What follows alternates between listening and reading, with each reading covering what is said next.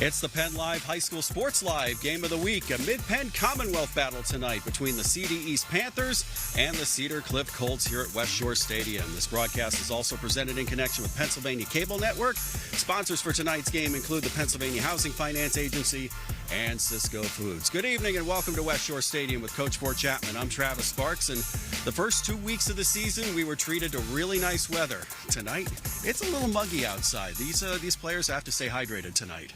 No doubt about it. There's been some cramping going on in several of the games I've been observing throughout the first 2 weeks. This one's really hot for this time of year, but I'll tell you what, much rather have this than a pouring down rainstorm or a snowstorm. Exactly. CD East comes into tonight 1-1. They lost last week after having the lead 21-0 up until the second quarter. Chambersburg came back to beat them 26-21. We want to focus on Avery Romaine. He had all 3 touchdowns last week for the Central Dauphin East Panthers. In order for them to go 2-1 tonight, they're going to have to play 4 quarters. They definitely are, and they're on hostile territory here at West Shore Stadium, but I expect both teams to bet. They've been playing each other for a long time. Both teams are used to each other, and I really believe that the turnover battle can be the difference in this football game tonight. Cedar Cliff, they lost their first one here at West Shore Stadium to their crosstown neighbor Redland 17-14. They beat Central Dauphin at Landis Field last week 26-14. The offense goes through the quarterback Jalen Hinton. They've been smash mouth in the past, trying to balance it out, but last week they won with smash mouth as well. We can expect to see pretty much anything from them tonight. Cedar Cliff often will go to that old school Bob Craig style of trying to jam the ball right down your throat. If they can do it, they're not going to get off of page 1 or 2 of the playbook, that's for sure. Cedar Cliff, Central Dauphin East. We've got them for you here on Penn Live and High School Sports Live. Back after this with the kickoff.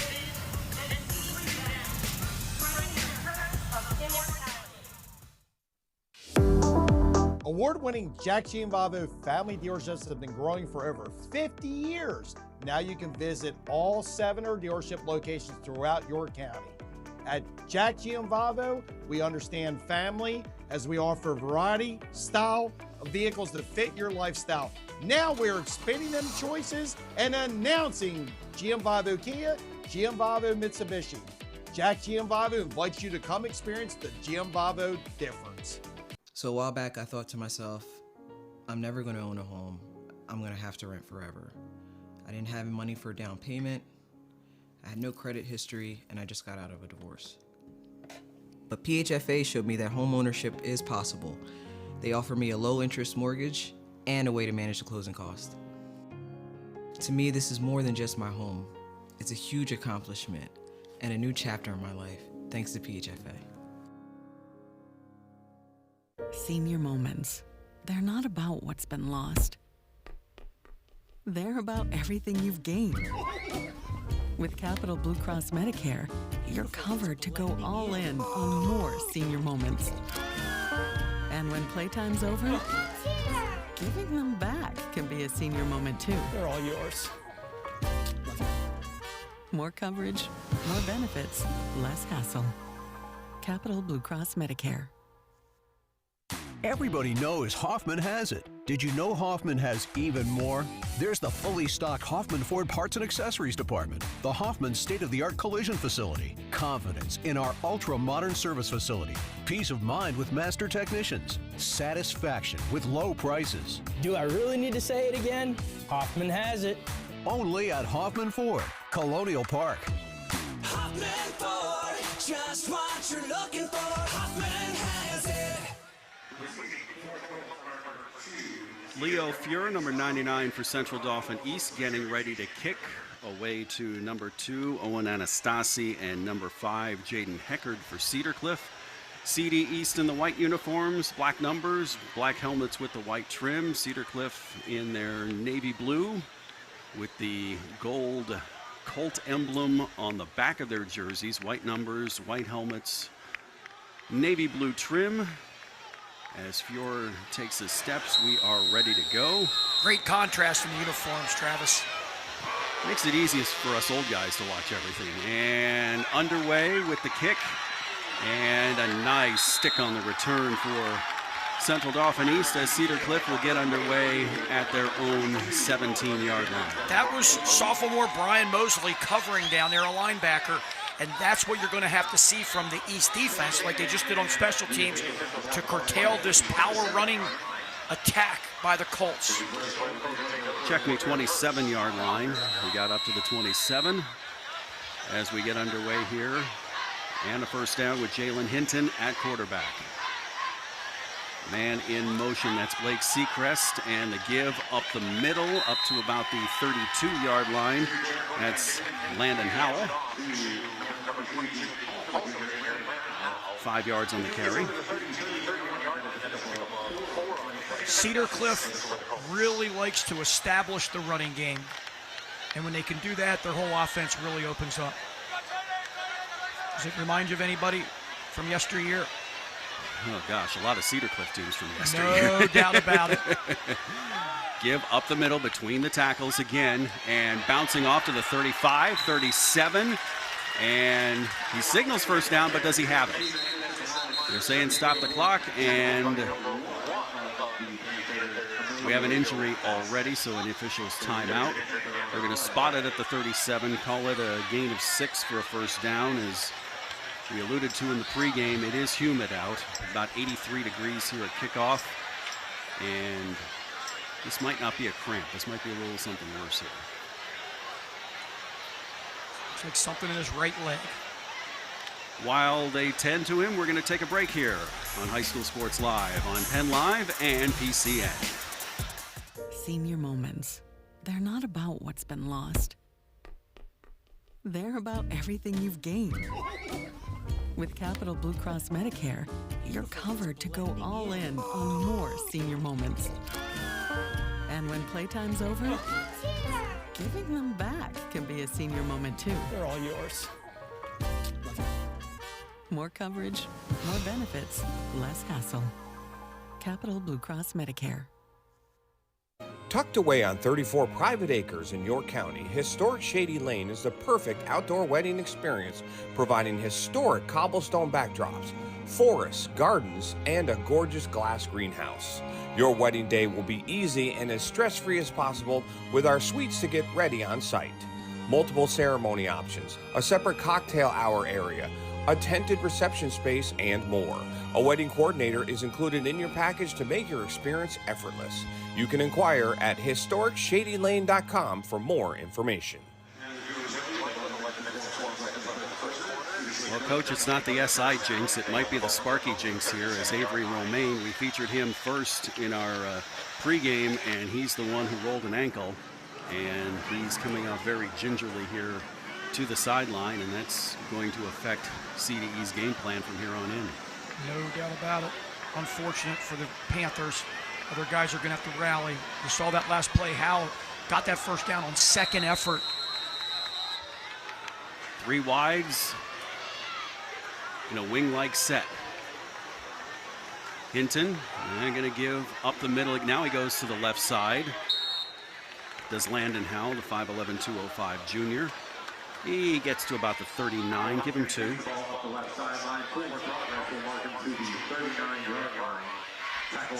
This is our first of 2 games we're going to have here on High School Sports Live on PennLive and PCN. We're going to be back here next Friday night as the Colts host Bishop McDevitt. 7 o'clock Friday night on PennLive. Saturday night, 7 o'clock on PCN. 4 wides now for Hinton and Cedar Cliff. Looking, back to throw. Pumps, in trouble. Down he goes. Back to about the 35. Loss of 4. And 3rd and long coming up.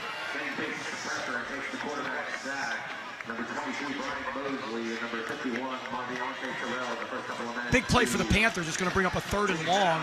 The Colts going to try to go to the air. Their quarterback struggled a little bit against Redland, their rival, in game 1 that they lost, and then he came back last week and really ran the offense to precision in that big win at Landis Field over the Central Dauphin Rams. Double slot set here. Hinton looking right, looking over the middle. Pass is incomplete. Went through the hands of Amari and Autry. Almost got caught. Excuse me, that was Jaden Chase who almost made the interception, then almost caught by Blake Seacrest.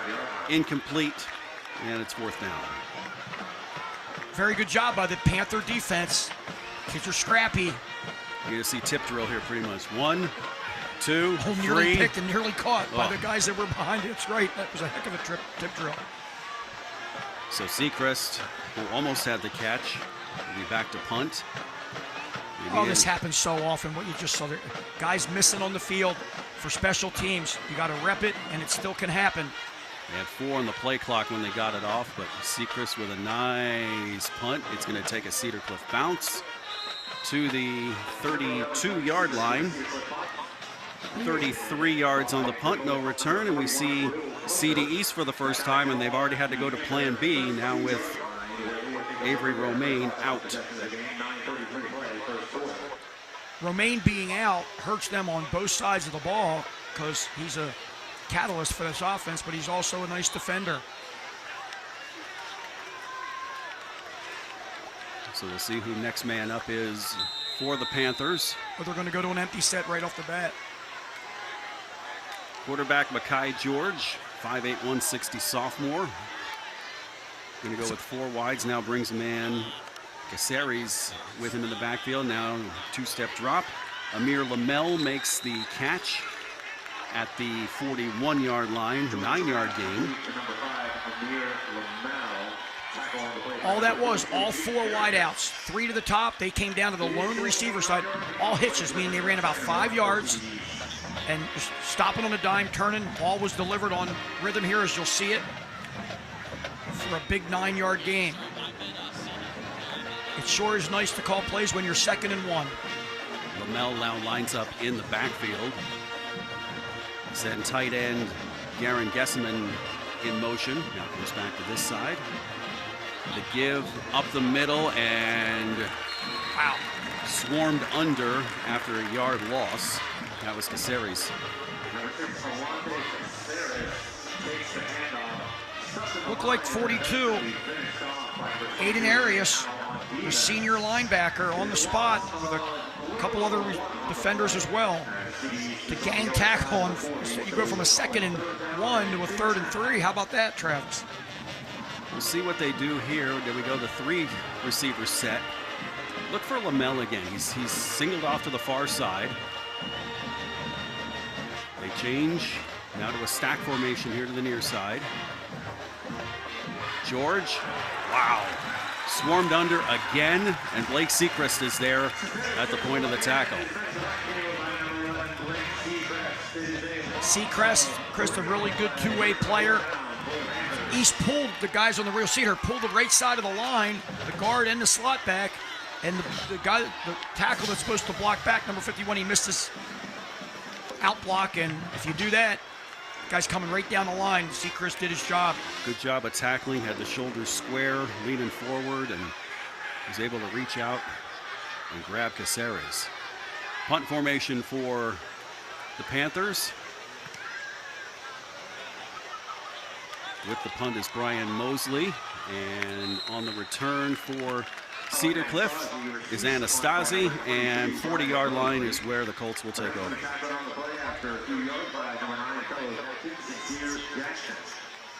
Anastasi missed last week's game against CD. So good to see him back in action. You'll see some players occasionally wear those covers over the helmet to protect against head injury and whatnot. Both receivers this side of the field have them on, number 2 and number 5 for the Colts. Anastasi and Heckard here to the near side. Give up the middle and trying to bounce to the outside and actually going to lose a yard. This East defense they're taking on blocks, shrugging on blocks. Linebackers are filling holes. They're doing a really good job here after the first initial surge in the first couple plays by the Colts.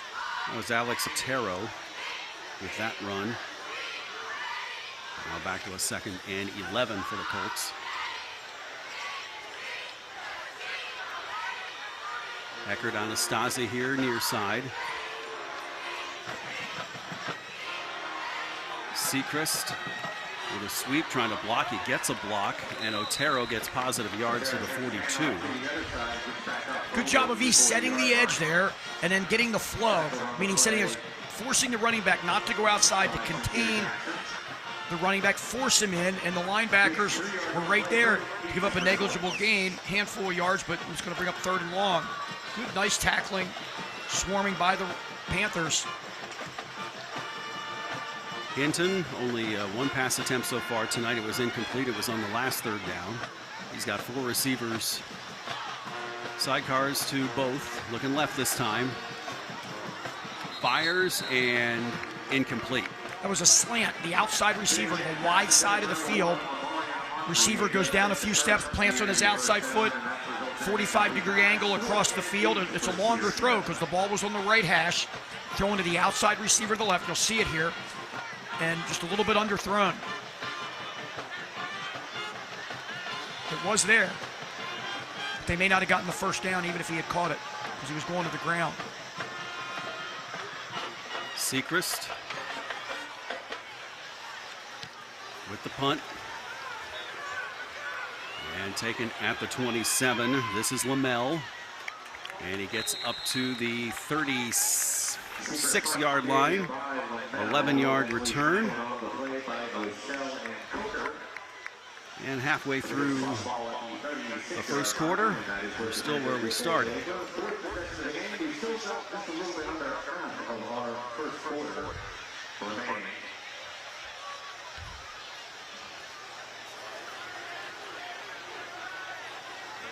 Panthers now come out with Brandon Boyd, 16 here on the near side in a 3-receiver set. One-on-one up top. Don't be surprised if they go to it anytime they have it right now. Giesemann back in motion here. There they go. Looking left. Pass complete. And boy, oh boy, these Cedar Cliff tacklers are right on the ball every time. Catch made by Landon Moore, but not much of a gain. What you want to do on that hitch, you want to get at least 5 yards. And it ended up only getting 3. You want to run your route to at least 5. Come back. If you come back, maybe 4.5. Catch it, tuck it, get upfield. Ball's thrown on rhythm.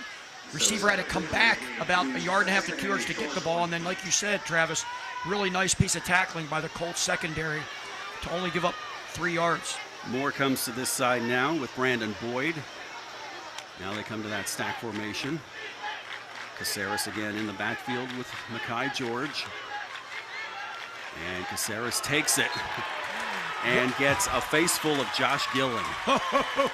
What you're going to have to do here it's nothing tricky. For Seed East, the quarterback's going to have to read that and get on the run and pull that.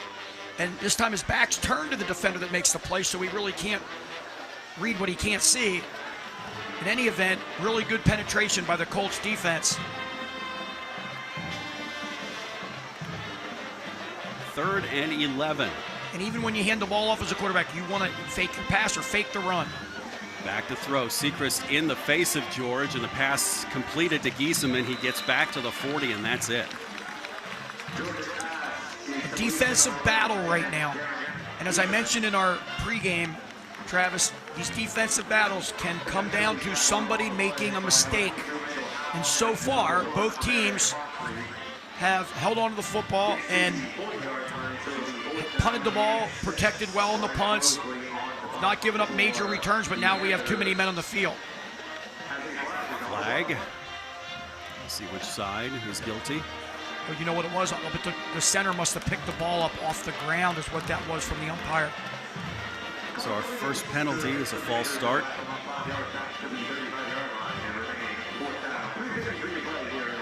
You can roll it, but you're not necessarily supposed to pick it up, and you're making him go out for a play. I'm not sure exactly what happened there. But 11's out for play. They got to bring in another long snapper. That can be tricky. You don't have many players on your team, in most cases, that can long snap the ball back to the punter really well. So let's see what 53 from East here, the backup long snapper Scott Elias, what he can do.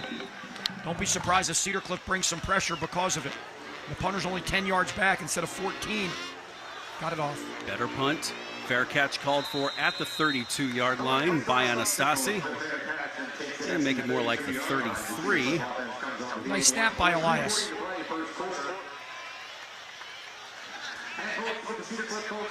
So the possibility of a mistake was not had that time, thankfully. So 33-yard line now. The game has been primarily played between the 25 so far. As we go 3 wides. And Landon Howell to the right of Jalen Hinton. Excuse me. And the pass incomplete. Sechrist was the intended receiver. He was falling down, incomplete. That pass play off play action, meaning you're faking a handoff, and then you're going to throw the ball. That's play action. You throw that. If you don't have a running threat, as you'll see the fake here, East doesn't bite on this running fake to Howell, and they're right there on the spot playing really good defense. When you start running the ball more and you have better execution with the running game, then those short play action passes open up wider. Howell swarmed under again at the line of scrimmage. He might have lost one. Coach Gillen's offense there went back to the old Bob Craig style of the slot, motion the wing, trying to run power with that Bob Damon, Coy Wire.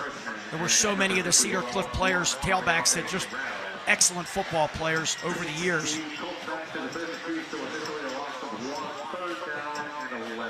So Hinton has not completed a pass so far tonight, and he may have to again for a first down for Cedar Cliff here. Under 3 minutes to go, first quarter. Really like the quickness and the swarming ability of the CD East defense. Corners playing 5 yards off of their men. Hinton looking, wants to go over the middle, brings it back. Now goes left, has a man, incomplete, almost intercepted further down, and it is fourth down. Wanted Anastasi. Threw the ball about 20 yards downfield from where he was located. Did the quarterback for Cedar Cliff, and you'll see here he's throwing on the run, going to his left, squared his shoulders up, just put the ball a little bit off target. Not easy to do. A little bit overthrown, but Hinton has a nice feel there. I like the way he bided his time and gave himself a chance to pick up the first down. Sechrist, his third punt of the night. And it's gonna take the bounce. Then caught by Amir Lamel. He gets maybe 3 yards on the return to the 39-yard line. And CD East takes over at that point.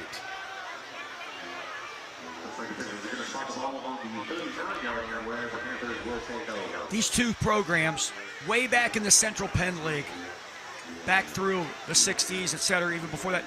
And then after that, the South Central is where these two programs ended up. Played each other every year in football in both leagues. And then eventually the Mid-Penn started in 1982, and they played each other consistently then in the top Mid-Penn Division I, now called the Commonwealth. Caceres. No, they go over the middle to the middle screen. Lamel with the reception and the first down to the 41. A beautiful middle screen. Really nice play. You'll see this. It's basically an under route. Got a flag on the far side. It might be interesting where that came from. It's over by the could it have been maybe a... I'm not even going to speculate because it's so far away from where the play took place. Wave it off.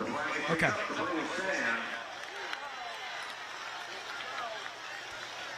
Probably involved if they had enough guys on the line of scrimmage. With 11 guys on the field, you need to have 7. Really nice. And they may have thought the ball was thrown in front of the line of scrimmage. When you throw a screen, which Travis, you said it was a screen pass, the linemen are allowed to go downfield before the ball is thrown in high school and college. And in that instance, if the ball is caught in front of the line of scrimmage, that's a penalty. but they're saying it was caught right at or right behind the line of scrimmage, which is totally legal. 26-yard gain, first down for CD East as George is swarmed under. He's throwing and incomplete. Looked like it was in and out of the hands of Landon Moore.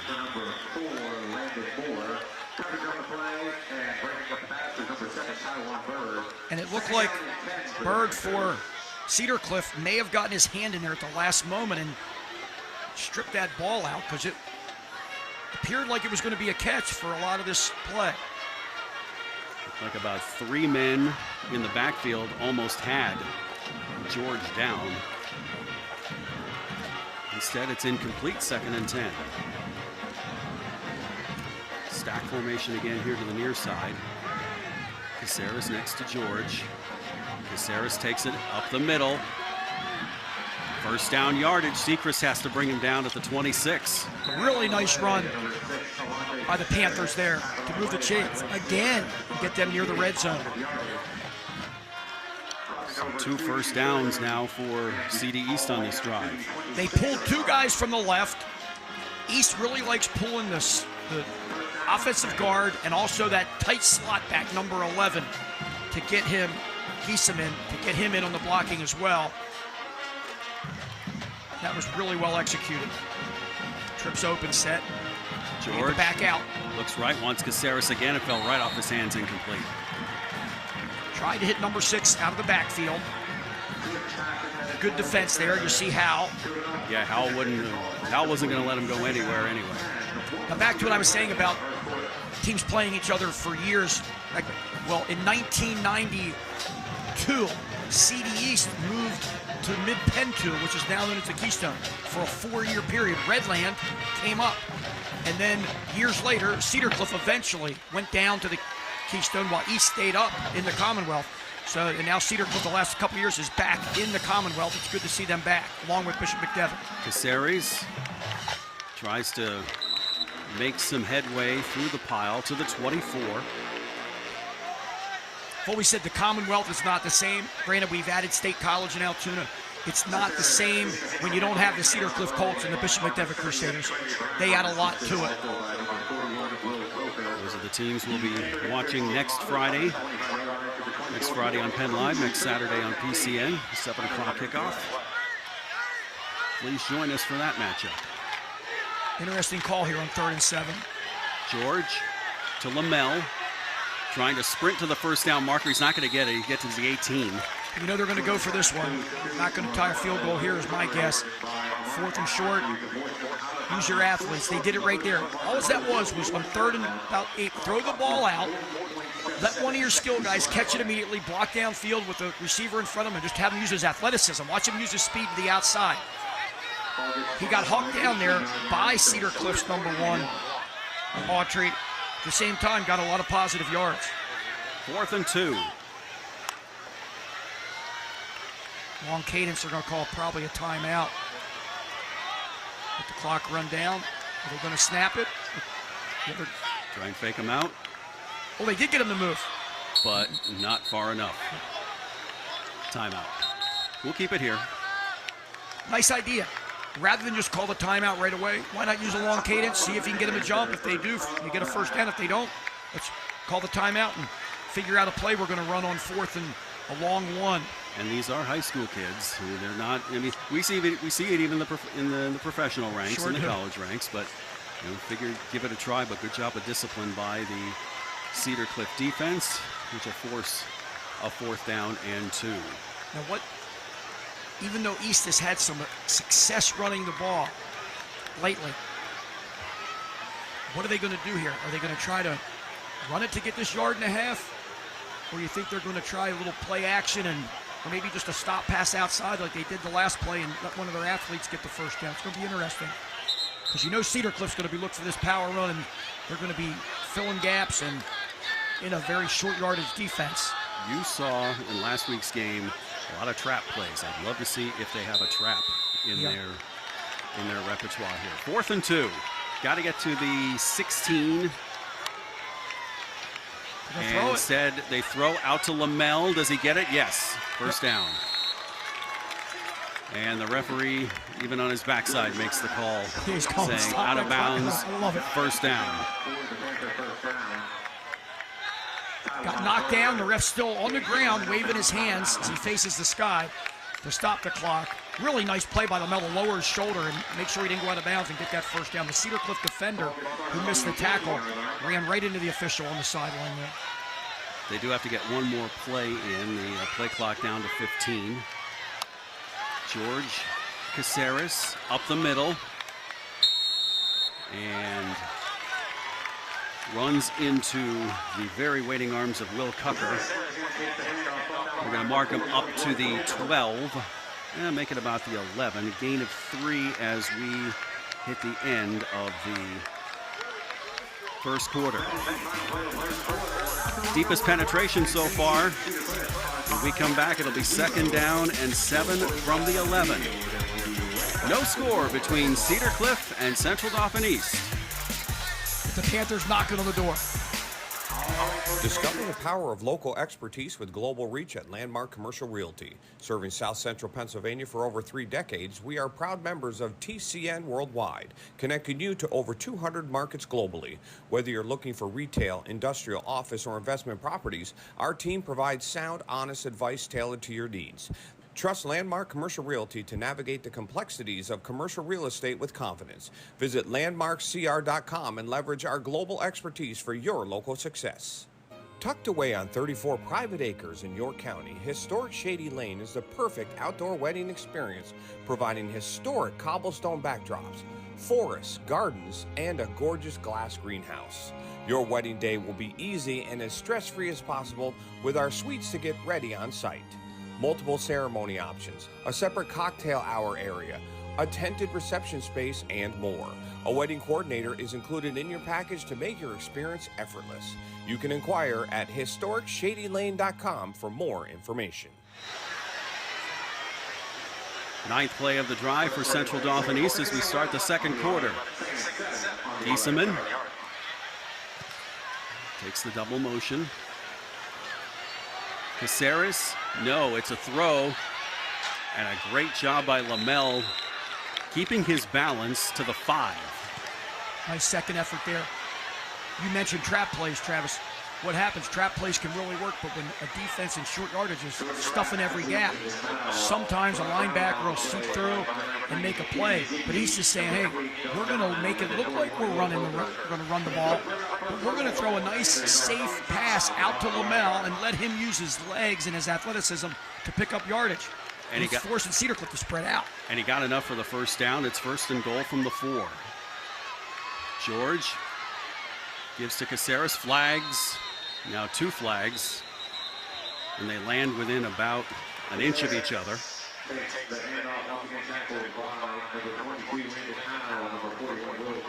Face mask or holding. Only the second flag. Yep, face mask. It's a 5, it's a half the distance face mask. Get the down over. And that is Cedar Cliff's first penalty on the night. It'll only go for 2 yards, so it's 1st and goal from the 2.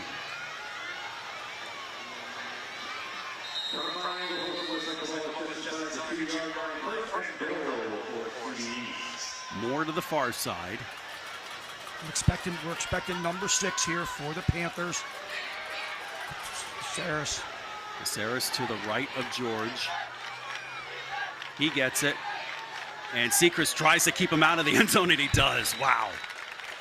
Good job by Sechrist to keep him at to about the 1.5.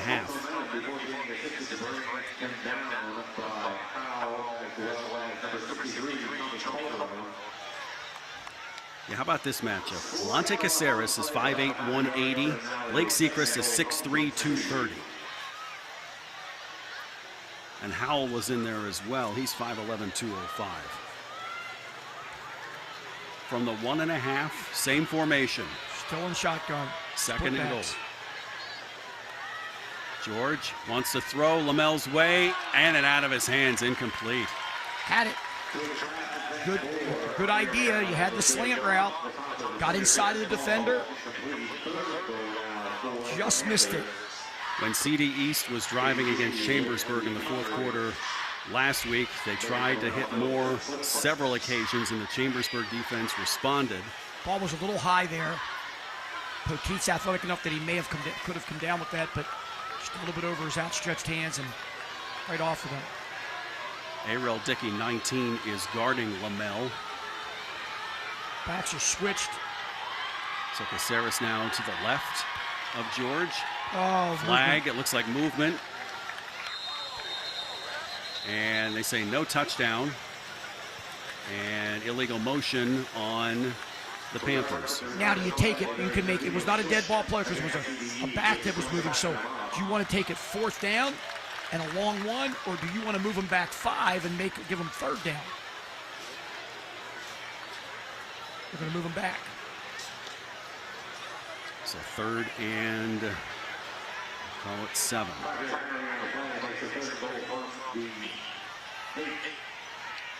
Now you highly doubt they're going to run it. Chances are, even though they're pretty much in 4-down territory, unless they're going to go for a field goal. You're going to see the ball in the air because that's where they're getting some success. And they're spreading it out with 4 wide. Caceres stays in the backfield. Boyd here to the near side with the 3 receivers to the far side. George looks left. Fade. Going to go to Boyd. Too tall. Incomplete. Nice route. 1 receiver to the right. What Boyd did, he faked his slant, forced the defender inside, got outside of the defender, but by the time the ball was in the air, it was not a lot of room in the back of the end zone. You'll see it here to the right of your screen. You're not going to be able to see the route, but you can't take real long as the quarterback down near the goal line. He looked left first because if you do that, there's not enough room. The back of the end zone, you run out of room when you're throwing a route like that. I'd like to see that quarterback get it a little bit quicker. Release. 24-yard attempt for Leo Fuhr. Got it. So the nice long drive for Central Dauphin East pays off with 3 points. So they had 8 plays in the first quarter. They burned off a minute 58 here in the second quarter. Had some penalty issues, but it ends up being a 13-play, 53-yard drive that eats up 4 minutes and 28 seconds. Impressive. And Cedar Cliff's defense was staunch there inside the 5, but forcing a field goal was a good thing for the Colt defense, only giving up 3, obviously, compared to 7. On the east side, you just got to avoid that illegal motion. That can really hurt you when you're down there. So Fuhr will kick off again. Heckard near side, number 5. Anastasi, number 2. It looks like it's going to Anastasi at the 9. Looks ahead, 15-20. Bounces off a tackler, 25-30. Mark him at the 30.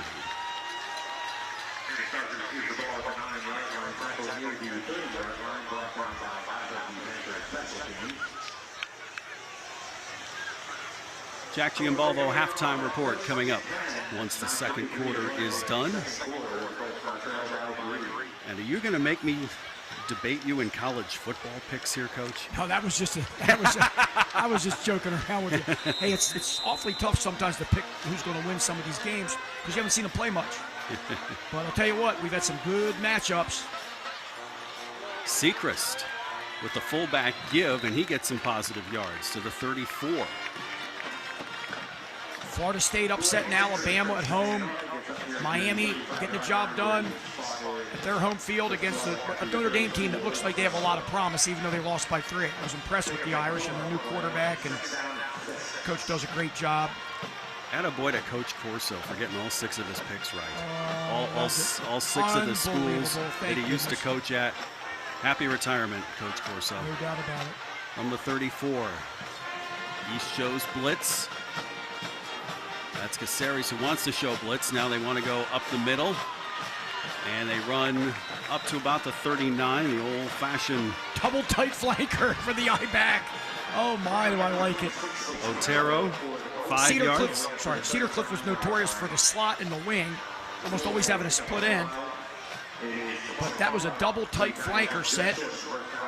Remnants of Cumberland Valley through the 70s and the 80s. Prior to Coach Rimple's arrival, who went to the wing T then, and had a lot of success with it at McDevitt and at Cumberland Valley. From the 39, and Hinton is going to get it himself and get a couple extra. To the 42. Watching those games with Coach Craig against Coach Chapman back through the Mid-Penn early days, and then Coach Rimple versus Coach Craig. I'll tell you what, some great battles. Coach Craig's 1988 team went the whole way to the state champ, the first year of the state tournament, the whole way to the state finals, losing a tight game to Pittsburgh Central Catholic. And then 4 years later, Cumberland Valley went 15-0 and won it all over Upper St. Clair by 2 touchdowns. From the 42, Hinton wants to throw. Double move. Has Anastasi, got him. 25, 20, 15, down to the 14. Really like the play call. What happened was the cover man, Bassett, he bit a little bit. He's out there one-on-one. He bit on the slant. It was a slant and go. And really nice play by the receiver there, Anastasi, who did not play last week. You're not going to see the beginning of this. Little play action fake to the tailback. Slant, what you would call a slant and go. Quarterback, receiver just goes downfield a little, fakes the in, and then just continues on his path down the field, and he forces that defender. That defender bites on the slant. You're going to get behind him, and that's exactly what happened. Sideline warning given to Cedar Cliff. That's only a violation, no penalty. So first down from the 15.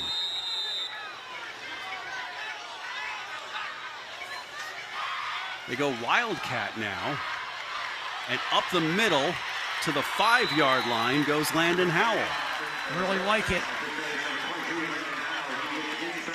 Covering the gaps. It's tough for those East defenders to stop that when you have almost every gap covered, and then you have the motion and you got the Wildcat, so the quarterback doesn't hand the ball off and you have a waste. You have an extra player at the point of attack when you run the Wildcat. It's tough to stop. Chances are you're not going to throw, though.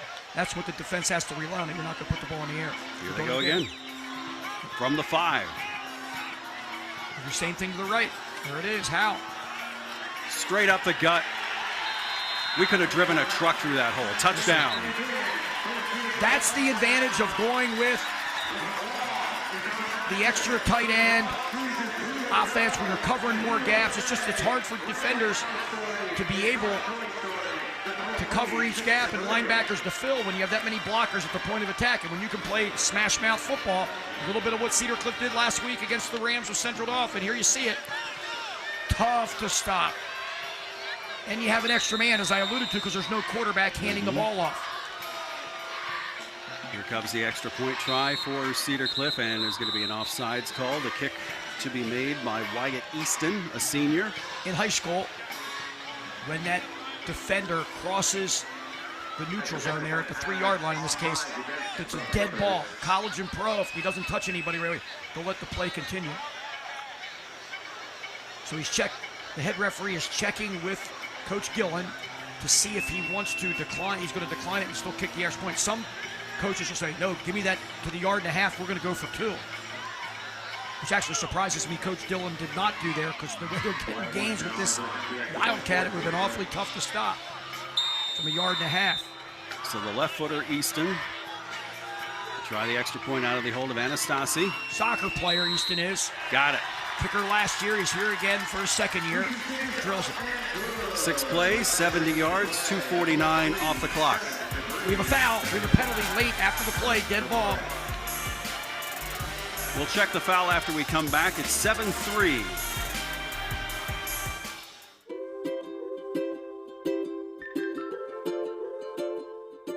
All across Pennsylvania, families are living their lives in their own homes.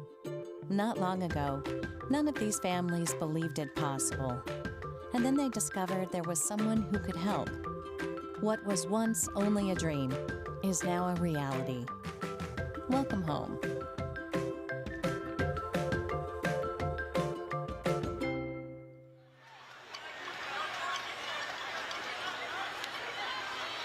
They are still sorting out. They're saying extra point is good. And dead ball foul on Cedar Cliff, so they'll back up the kickoff. It's some type of unsportsmanlike here. And you got to try to avoid that. I'm sure Coach Giller's not happy with that because just 15 yards of field position can mean a lot in a tight, low-scoring ball game. Last year we had a great battle at Landis Field between these two teams. Just back and forth. East up by 7 late. Cedar Cliff takes the ball and drives almost the length of the field. Little by little, moving the ball down the field on the ground, a few passes, all of a sudden they're in the end zone late, very late in the game. And unfortunately for the Colts, they missed the extra point and lose by 1. And I think this kicker's much improved this year. As you see him here on the kickoff. He's going to squib it. Good idea because it's going all the way back to the 30. That's to Lamel to the 40. You know what that tells you, Travis? Who does Cedar Cliff not want the ball in the hands of? Right, they respect him. They respect him, no doubt about it. Now, Lamel did get it in his hands, but not with a full head of steam, yes. So from the 40, 7:05 to go, first half. First couple possessions for East, 3 and out, 3 and out. Then the touchdown drive of 13 plays, 53 yards. This is their 4th drive. If you missed it on the first play of the game, Avery Romaine, who scored 3 touchdowns for East last week, went down with an ankle injury and has not played since. George out to Lamel. He's got a head of steam to the outside, to the 50, to the 44, out to about the 43, mark at the 40, down to the 39. But it doesn't matter because Landon Moore made a good block against Howell for Cedar Cliff, and then he grabbed him and dragged him to the ground. An automatic holding penalty. Yeah, but there was no need to do it. Watch it right out here and watch. Nice little hit. Let go of him. He's already by you. Don't grab and push him to the ground. Oh. There was no need for that. A good play at first by Moore, and just take your hands off and let your receiver do his job. So they'll go from the 46, so it'll be a 6-yard gain, but come back 10 for the hold. And head referee Matt Freese tells you about the penalty, and it just brings it back for a first. That's a spot foul because it was down the field, so 10 yards from where the penalty occurred, making it a 1st and 15. Caceres switches sides with George. George. Pitch and go. But he doesn't go anywhere. Brought down. The route they were trying to throw, Travis, was a stop and go on the outside. But when that happens, you got to have more protection. It takes longer. Tommy Calderon with the sack. 6 yards on the loss, 2nd and 20. Double move there. Very similar to the one they caught. Instead of the slant and go, it was just a hitch and go, meaning you go down 5 yards, turn, act like you're getting the ball, and then fly down the field. But it takes a while. Caceres up the middle. Up to the, almost the, call it the 34. So we got 4 back. Halfway through the 2nd quarter here.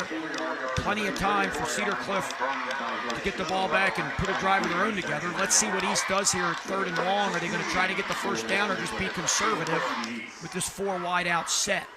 They just try to hand off. Are they going to try to run a draw or a screen or throw the ball way down the field as Cedar Cliff is in a prevent defense basically? East 0 for 5. Little screen. Now 0 for 6 on 3rd downs. Trying to go for Lamel on a middle screen, not a bad idea. Expected maybe a draw or screen there, and that's what you got.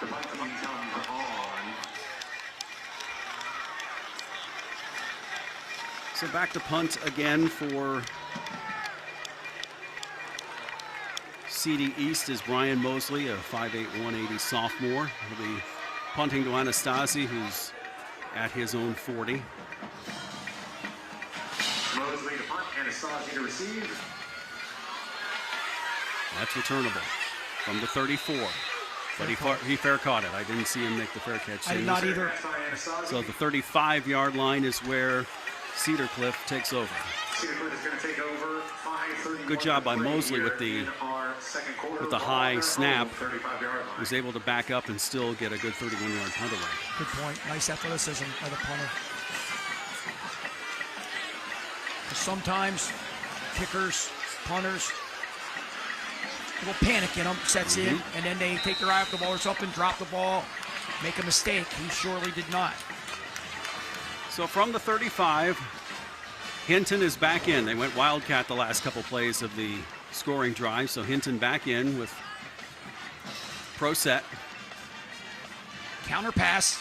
And incomplete. They were trying to get it to Zach Beaver, but Hinton was under a little bit of pressure. There's a counter pass trying to go to the motion man in the flat. Nice play design. Because they've been able to run the ball lately, play action usually will freeze the defense a little bit and just miss it. You'll see it here. The motion man goes to the wing here from the slot, turns, ball snap. He's going to slip out in the flat, and he is a little bit open there. Just quarterback rolling to his left, just missed him. All right, back to Howell here at quarterback. And the lineman knew it. He's like, I moved too early. Thomas Watson.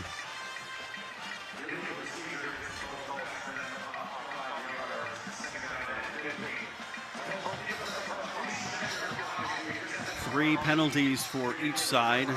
20 yards lost for CD East, 22 yards lost for Cedar Cliff. And Howell will come back in.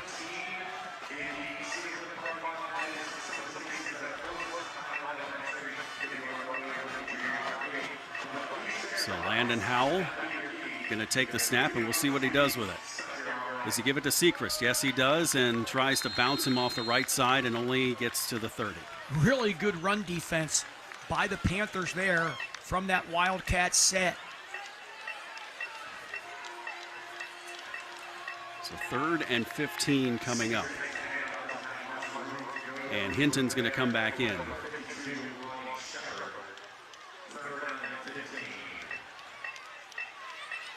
Just what we said about East when they tried the middle screen. That was incomplete. Same thing we're saying about the Colts. It's 3rd and long.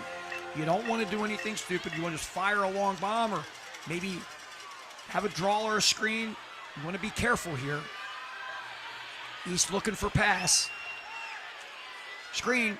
Sechrist has to the 35, to the 40, and gets to about the 41. So 11 of the 15. That was a safe play, Travis. Yes. That ended up netting some positive yardage. Give yourself a little better field position after this punt. Broke one tackle. Caceres the first to wrap him up, and looked like Lamel got him as well. So now Sechrist will have to come and punt. We'll try and use up a little bit of clock here. 10 on the play clock, 4 minutes to go in the second quarter. Nice idea, clock management there. Sechrist, good job with just the one-step punt. And free ball. It hit somebody. Cedar Cliff says they have it. What did we talk about, Travis? That's the first turnover if it's Cedar Cliff ball. It is. When you're a punt returner, you must have a call for when the ball, you're not going to field it.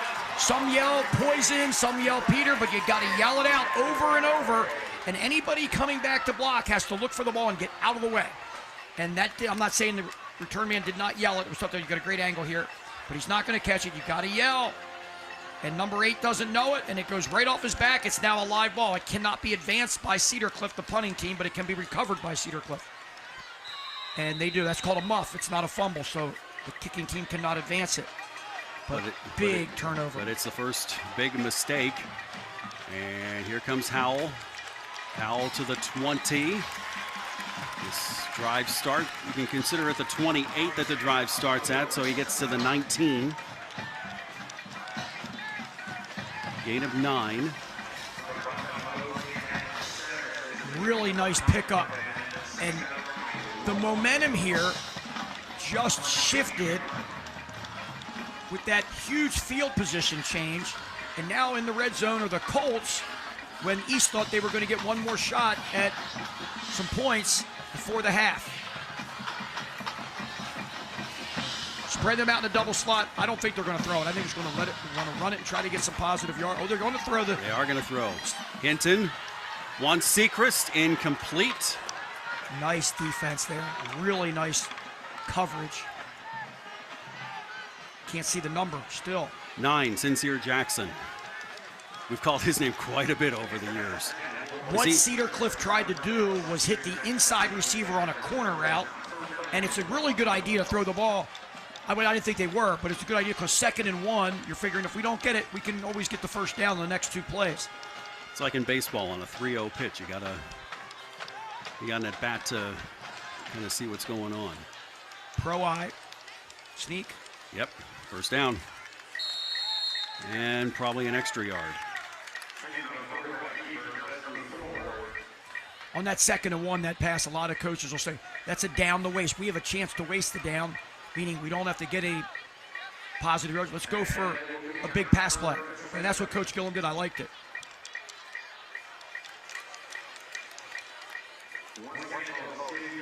At the... They're saying he didn't. Are they saying he did not get it? Or he did? Or maybe they're going to measure. Our first measurement of the night.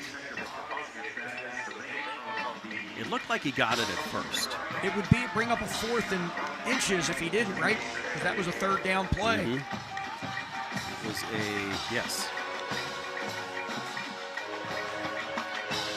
He got it.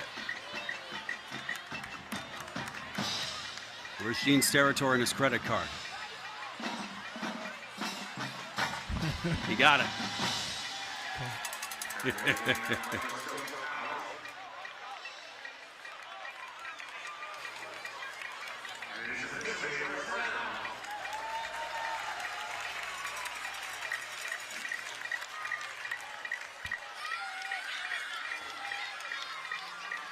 I remember that play right before Jadeveon Clowney had that big hit against Michigan. Oh, yeah. The first down call that was really blown. You could see it was Wildcat. It was wrong. Howell again on the Wildcat, coming off to the left side. He got the edge set, going to the outside to the 10. 9 yards. Really nice blocking by the Cedar Cliff front.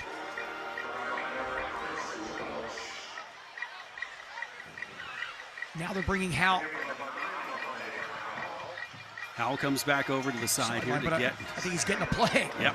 I was they're taking him out, but that's why I paused. No, they're giving him another play, and he's going to go in and continue this Wildcat set, it looks like. They mark him at the 10.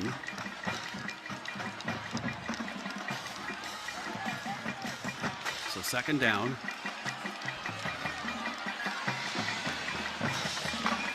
Sechrist to his right. Double tight set. Gave it to Sechrist to the left, trying to get to the edge. And yes, touchdown. Really nice run by the versatile slot back, wing back, tight end. running back, tight end, yes.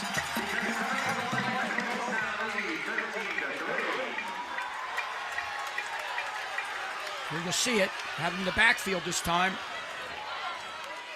Nice, powerful player. Offensively, defensively, guy's just a heck of a football player.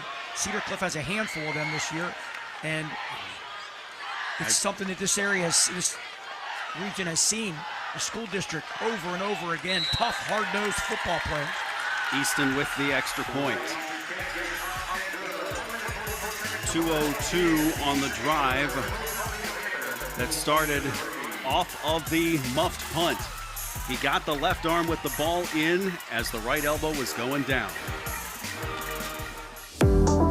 Award-winning Jack Gianvavo family dealerships have been growing for over 50 years. Now you can visit all 7 dealership locations throughout your county. At Jack Gianvavo, we understand family as we offer variety, style of vehicles that fit your lifestyle. Now we're expanding them choices and announcing Gianvavo Kia, Gianvavo Mitsubishi. Jack Gianvavo invites you to come experience the Gianvavo difference. So after the muffed punt, 5 plays, 28 yards, 2:02. The last 2 plays in Wildcat. All with the 8-yard run, and then Sechrist with the 10-yard run for the touchdown. to make it 14-3, and there's the squib again, this time taken by Deshaun Cobb, who turns around and has a little bit of a seam to the 48-yard line. Heads up play by Cobb to get the ball on the bounce and then make the quick turn to get some good yardage.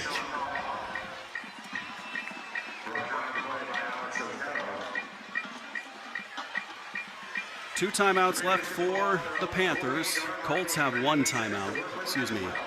All three timeouts left.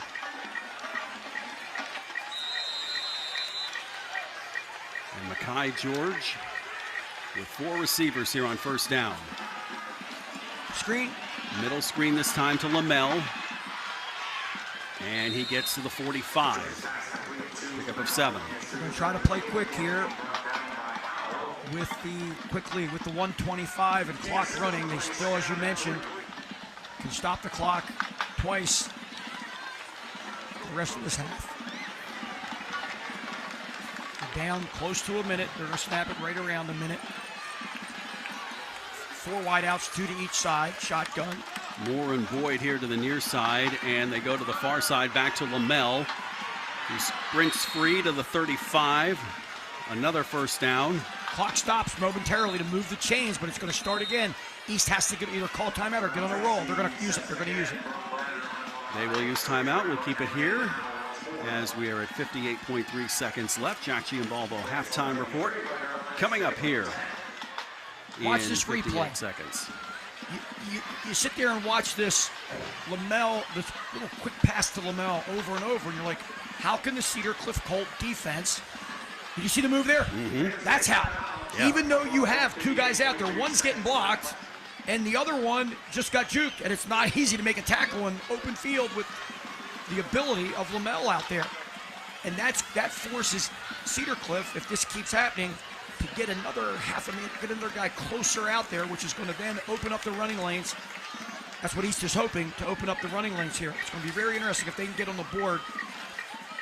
Field goal to go down 8 or a touchdown that would put them down 4 with the extra point.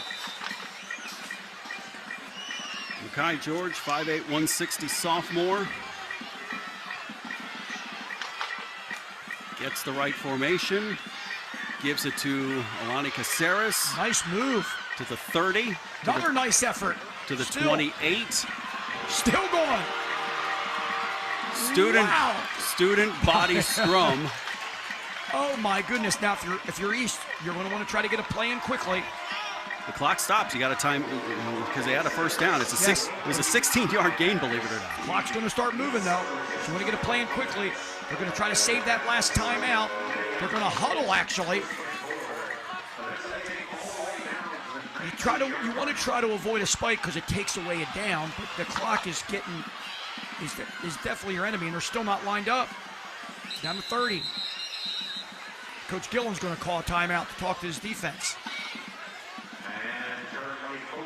So that leaves Cedar Cliff with 2 here in the first half.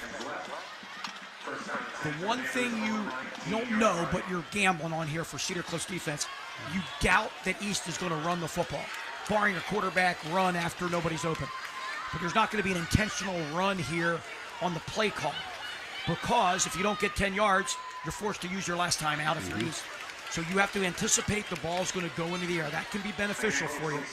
You want your men in your rush lanes to really try to get upfield and pressure that quarterback.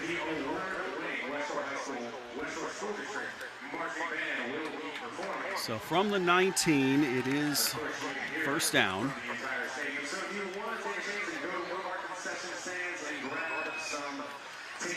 First 3 plays of this drive was 7 yards, 10 yards, and 16 yards.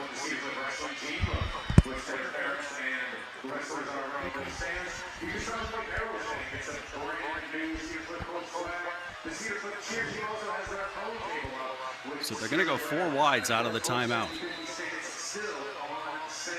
All 4 of which are dangerous. Sure. George looks left. Has to step up in the pocket. Is brought down. Timeout immediately if you're East. Or a fumble. Oh my, didn't see that. Nice job by that front group rushing. We talked about it. Cedar Cliff got it. They were in man-to-man. It looked like on the perimeter, all 4 receivers covered straight man. And that allowed, even though they dropped the linebacker, Clifton, that allowed them to get what looks like another rusher. It paid off. Nice job by the D-line there. Look on the spot there, recovering that fumble. Thomas Watson. Yep, Watson. Watson had the false start earlier, but now he made up for it. And Cedar Cliff's going to take a knee and go into halftime. Hinton with the knee. And we're going to head to halftime. Entertaining first half. A little bit of a slow start for both teams, but once they started scoring, then it got interesting. 14-3. Cedar Cliff leads Central Dauphin East at halftime. Stats and highlights coming up here in the halftime show.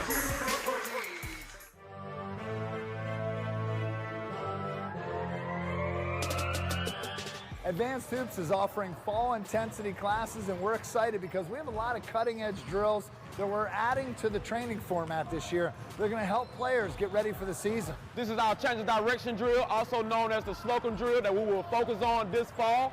We have the kids quick in and out, an explosion out of their cuts.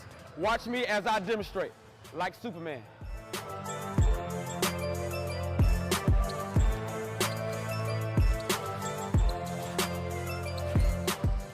This is our lateral drill, our one-leg lateral drill, which focuses on singling out one leg for power and explosion to the goal. This next drill you're going to see is our defensive alternating hands drill, which allows the players to move from side to side while switching hands with a cone, which in a game will simulate you're switching hands to hands and also opening up and changing direction for help side defense.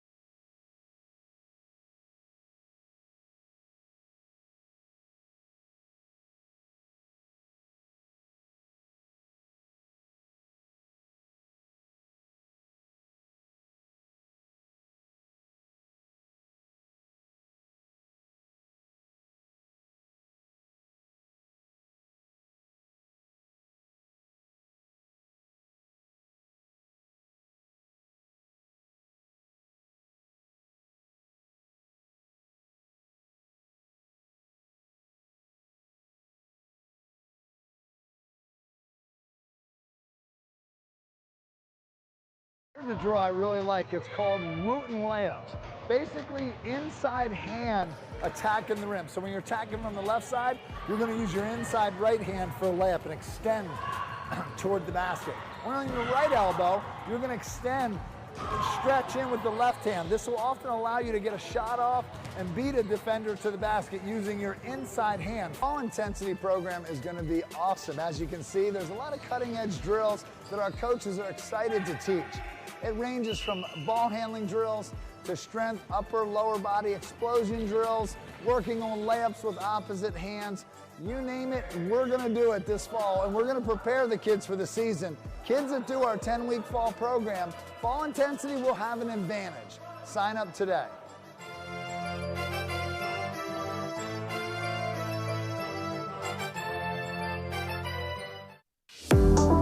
Award-winning Jack Gianvavo family dealerships have been growing for over 50 years. Now you can visit all 7 of our dealership locations throughout your county. At Jack Gianvavo, we understand family as we offer variety, style of vehicles that fit your lifestyle. Now we're expanding them choices and announcing Gianvavo Kia, Gianvavo Mitsubishi. Jack Gianvavo invites you to come experience the Gianvavo difference. Senior moments. They're not about what's been lost. They're about everything you've gained. With Capital Blue Cross Medicare, you're covered to go all in on more senior moments. And when playtime's over, giving them back can be a senior moment too. They're all yours. More coverage, more benefits, less hassle. Capital Blue Cross Medicare. Everybody knows Hoffman has it. Did you know Hoffman has even more? There's the fully stocked Hoffman Ford Parts and Accessories Department, the Hoffman state-of-the-art collision facility, confidence in our ultra-modern service facility, peace of mind with master technicians, satisfaction with low prices. Do I really need to say it again? Hoffman has it. Only at Hoffman Ford, Colonial Park. Hoffman Ford, just what you're looking for. Hoffman has it.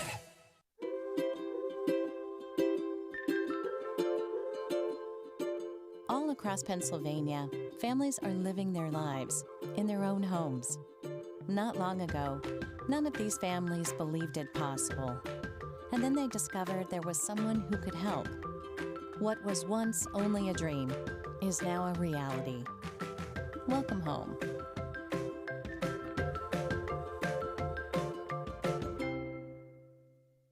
Pack Financial, founded by Joseph Marazzo Sr. in 1972. The tradition has continued for years, with son Steve Marazzo spanning 3 generations as Christian Marazzo is taking the life insurance division to the next level. Christian has a very unique ability to communicate the various options available to our customers. We help a lot of people with pre-existing conditions, from final expense all the way from, permanent to term insurance. Reach out to Pack Financial and set up a fact-finding meeting with Christian Marazzo. He will answer all your questions from pre-existing conditions, long-term care, to variations of permanent and term life insurance options. Don't wait. Get peace and clarity by connecting with Pack Financial at 564-6400. Call today or go to packfinancialfirst.com.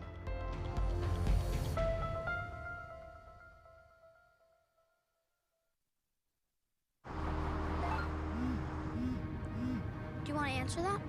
Nah, I'd never with a kid in the car. It's okay. I'm not here.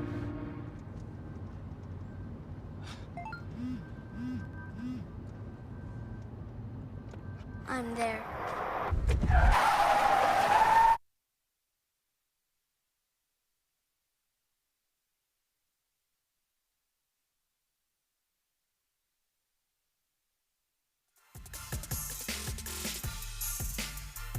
Very entertaining first half once all the teams got the bugs worked out and once we got beyond the 25-yard line for both sides. 14-3, Cedar Cliff leading Central Dauphin East. And one thing you pointed out, Coach Chapman, in the pregame is who's going to win the turnover battle.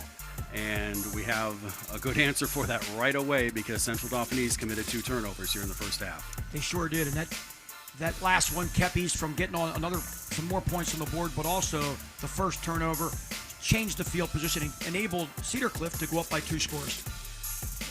And once all the teams got the bugs worked out, once they figured out, okay, Cedar Cliff running up the middle's kind of working, our passing game not working so much, then they went to the Wildcat, and they had a lot of success with that. Yes, they did, and with East being down 2 scores and having one of their best players, as you mentioned, who had 3 touchdowns last week against Chambersburg, looks like he's out for the rest of the game.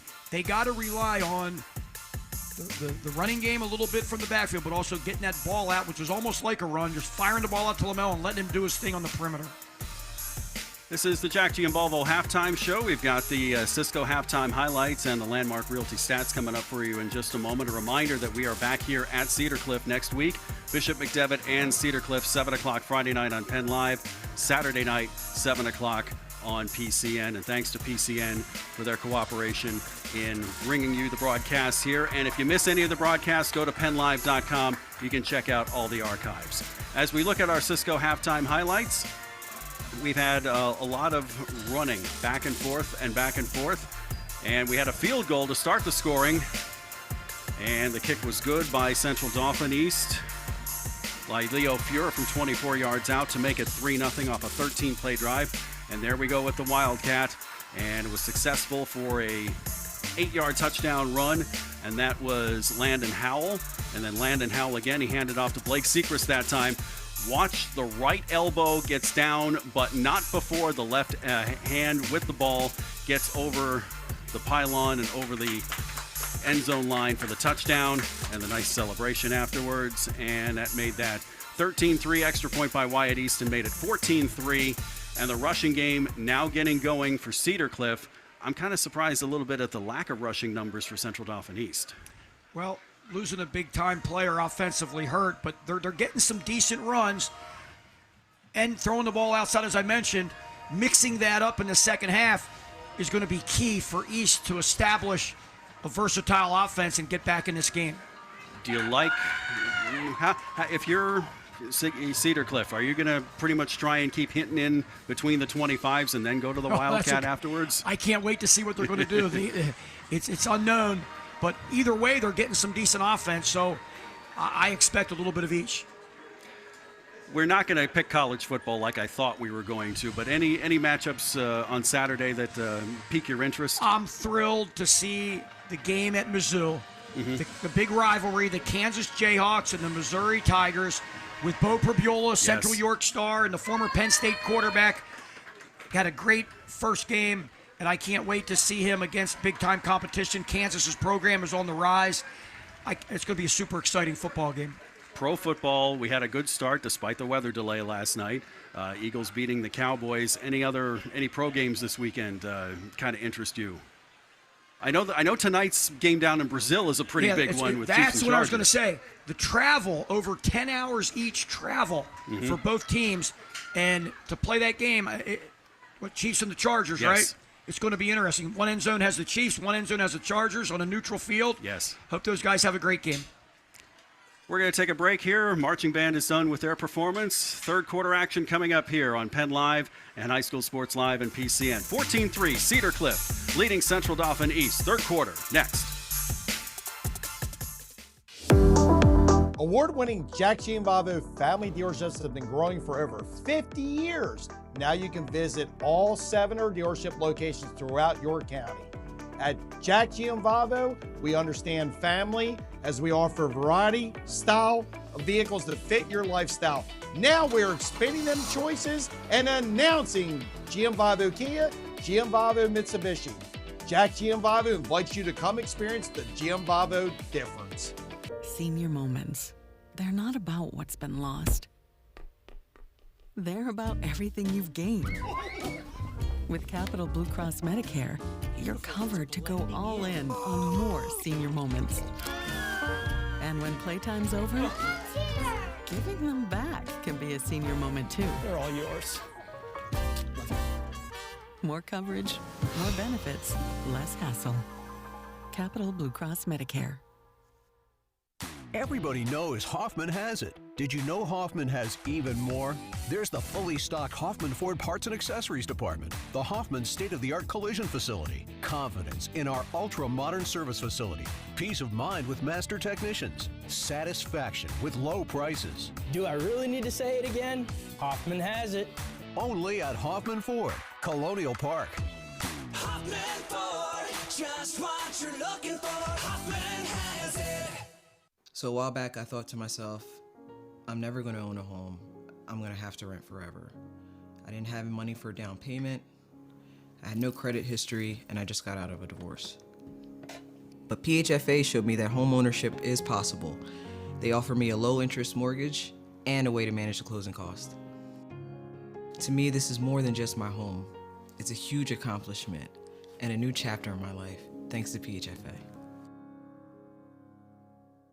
Pack Financial, founded by Joseph Marazzo Sr. in 1972.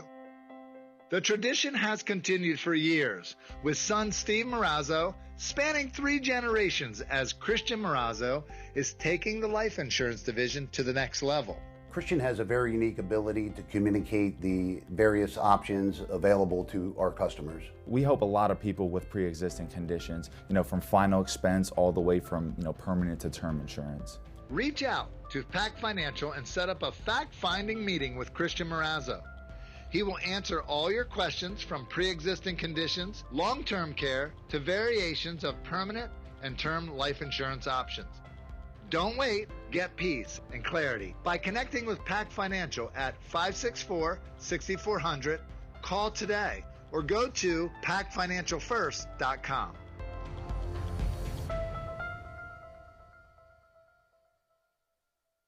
Tucked away on 34 private acres in York County, historic Shady Lane is the perfect outdoor wedding experience, providing historic cobblestone backdrops, forests, gardens, and a gorgeous glass greenhouse. Your wedding day will be easy and as stress-free as possible with our suites to get ready on site. Multiple ceremony options, a separate cocktail hour area, a tented reception space, and more. A wedding coordinator is included in your package to make your experience effortless. You can inquire at historicshadylane.com for more information. Discover the power of local expertise with global reach at Landmark Commercial Realty. Serving South Central Pennsylvania for over 3 decades, we are proud members of TCN Worldwide, connecting you to over 200 markets globally. Whether you're looking for retail, industrial, office, or investment properties, our team provides sound, honest advice tailored to your needs. Trust Landmark Commercial Realty to navigate the complexities of commercial real estate with confidence. Visit landmarkcr.com and leverage our global expertise for your local success. Do you want to answer that? Nah, I'd never with a kid in the car. It's okay. I'm not here.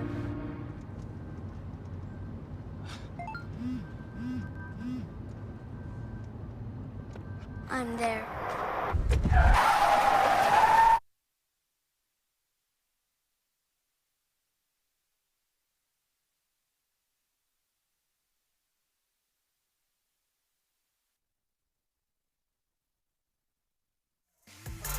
Advanced Hoops is offering fall basketball training, and it is the best around. Charlie Fortney and his staff will build confidence over 9 weeks. Players of all ages from 6 years old to high school get to play 1-on-1, 3-on-3, 5-on-5 while going through a skill factory that will sharpen each player's game. The Fall Rumble and training schedule is online at advancedhoops.com or call 717-657-2620. 9 weeks of Advanced Hoops training and your player will be ready for the winter basketball season. We just got ready with September now. We're talking basketball already.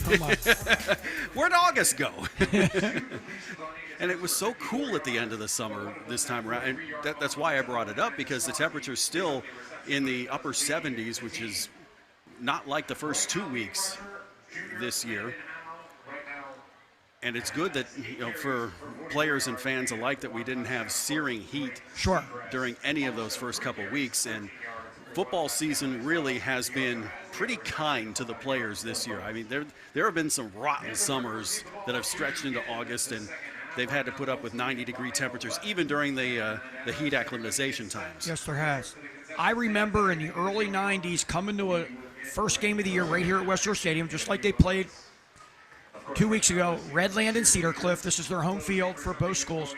And I remember in between, I'm going to say it was 91, in between series every once in a while, the head referee would call timeout and both teams would get water because it was that stifling hot. Now, a huge crowd here for that rivalry, and win by Cedar Cliff that night. And it was interesting because they did it like maybe 3 times a quarter, almost every opportunity they got, just to protect the players and make sure they stay hydrated.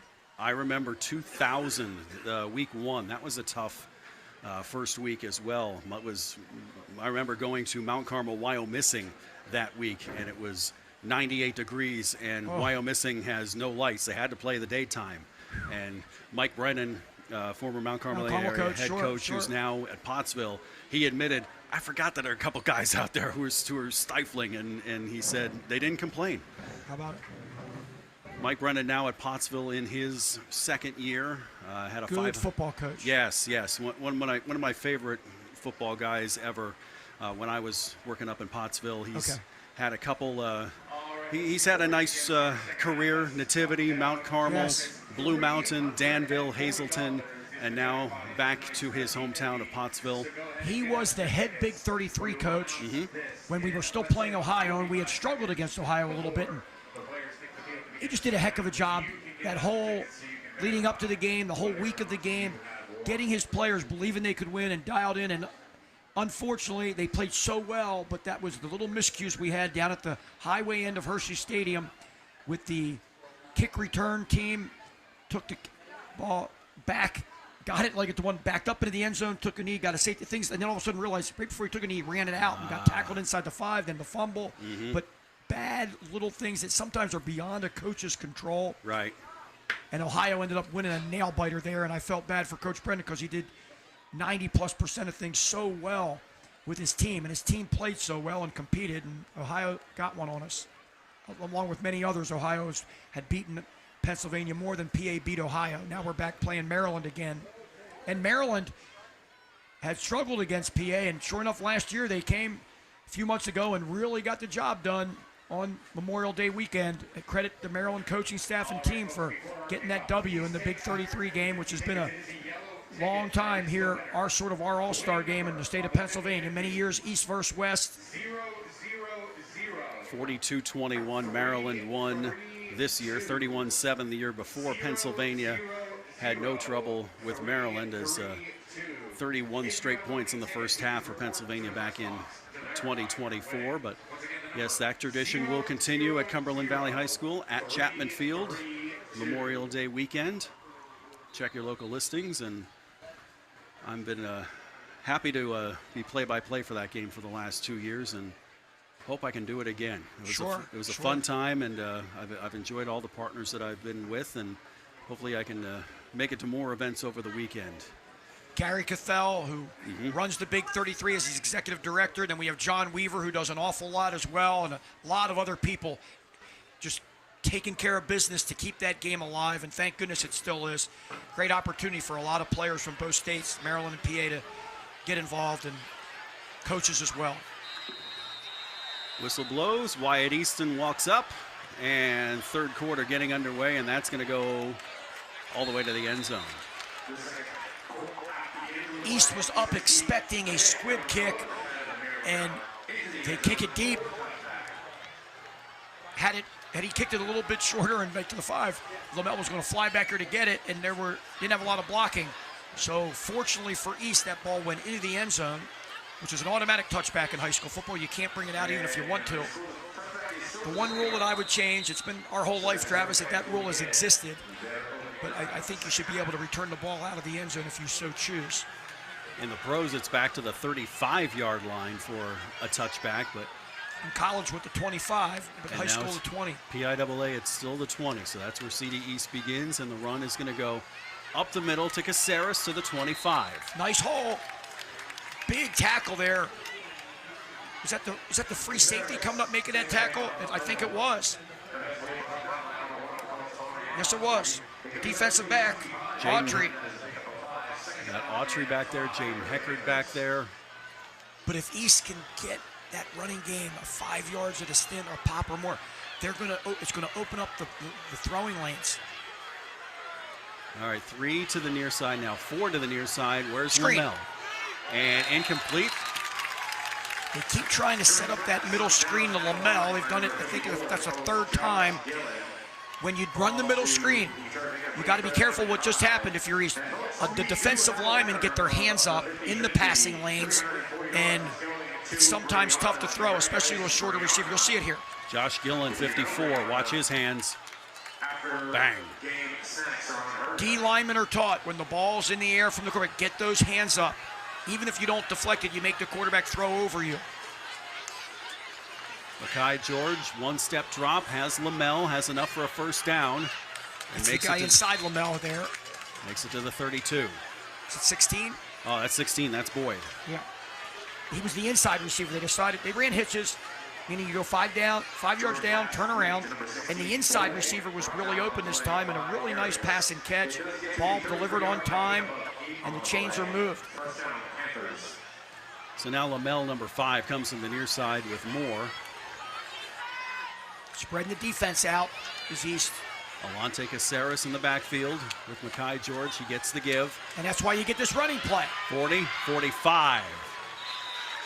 Really nice job by CD East coming out of the halftime with 2 passes and a run, and now it's a run and a pass and then another run. They're just alternating it, and now they're moving the chains. To the 44. Tyshawn Pollard, the coach here at East High, is doing a really nice job in his initial stint here. 4-3 defense for Cedar Cliff.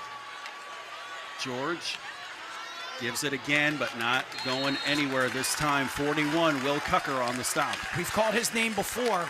Really nice defense by the front 6 of the Colts. The 4 down linemen, the 2 inside linebackers.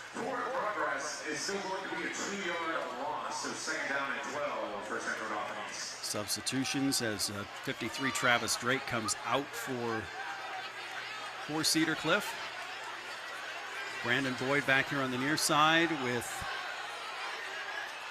Moore and Lamell far side. Drop the ball. Handoff. Look out. And I think George got back on it, and he's going to lose 7. While that is not a turnover, it is a fumble. And it just threw off East's entire drive because of the monstrous loss. And unfortunately for East, they weren't able to just throw that ball away to any receiver in an area to just allow yourself to get back for a 3rd and 12. It's now going to be 3rd and super 1 with 19. Caceres lines up, now comes to behind George. George is going to throw that screen over the middle, incomplete. Missed everybody. So 4th down. 4th down and 19 for CDs. Not a bad idea. 3rd and long. Try to get the ball to your best skill player and let him run in space with some linemen in front of you, but they just have not been able to connect. They connected one time on that middle screen for a few yards, but other than that, it's been incomplete.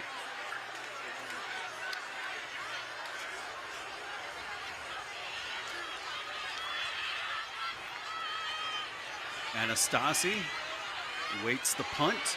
Fair catch at the 36. 29 yards on the punt. Change of possession now, and that gives the Colts the ball with 8:57 to play here in our 3rd quarter. They will start the drive on their own at 36 yards. 54 yards passing in the first half for Cedar Cliff. Hinton with only 2 completions. The rest of the yardage courtesy of the running game, a combination of setbacks and wildcats. Is there any question if this ball is going to be run by that tailback? Fullback, but no pass. They're going to try to establish the run and chew clock because you have a 2-score lead. And they went with the first man, Seacrest. And 11 tackled 11 as Giesemann brought him down. No gain. It's going to be interesting if they're in a second or they're in a 2nd and 10 now. Are they going to keep the ball on the ground or go to the air? Because East is waiting for a turnover. They know they have to get a stop, and a turnover would get them right back in this game, which you don't want if you're Cedar Cliff, obviously. Double slot set. Landon Howell in the backfield with Hinton. Quick hitch throw. There it is. Incomplete. That's what I'm talking about. They're going to try to jump stuff, the East D-backs, and they almost got that one. Really nice play on the corner there. It looked like at 25. Marion Autry, the intended receiver, Maurice Boswell. Yeah. With the stop. As you'll see it here. Rhythm pass, but Boswell's sitting on that. He's jumping that. That stops the clock. The more that clock can stop, it gives East a little bit more opportunity. Jalen Hinton looking, wants to go long. Steps up in the pocket and is dropped at the 28. And he was dropped by number 51, Terrell. And that's going to bring up a 4th and very long in a punting situation. East defense did their job. 8-yard loss on that drive for Cedar Cliff, and Blake Seacrest comes back in to punt. Travis, here's something that Coach Craig, Cedar Cliff's icon football and wrestling coach, would do with his punt team. When you got a big-time returner like Lamell, he wouldn't even punt to him. He'd lose 10 yards, punt the ball out of bounds. Let's see what they do here. Rainmaker. Lamell's got his hands on it. But he was collared right away. Good job and a flag. Oh, face mask. So at the 40, and we'll see. Looks like 2 flags came in for the same penalty. And Lamell, a little ginger. gingerly walking back to the huddle. Expecting a face mask here. Probably the 15-yard variety, yes. Yes. So 15 freebies for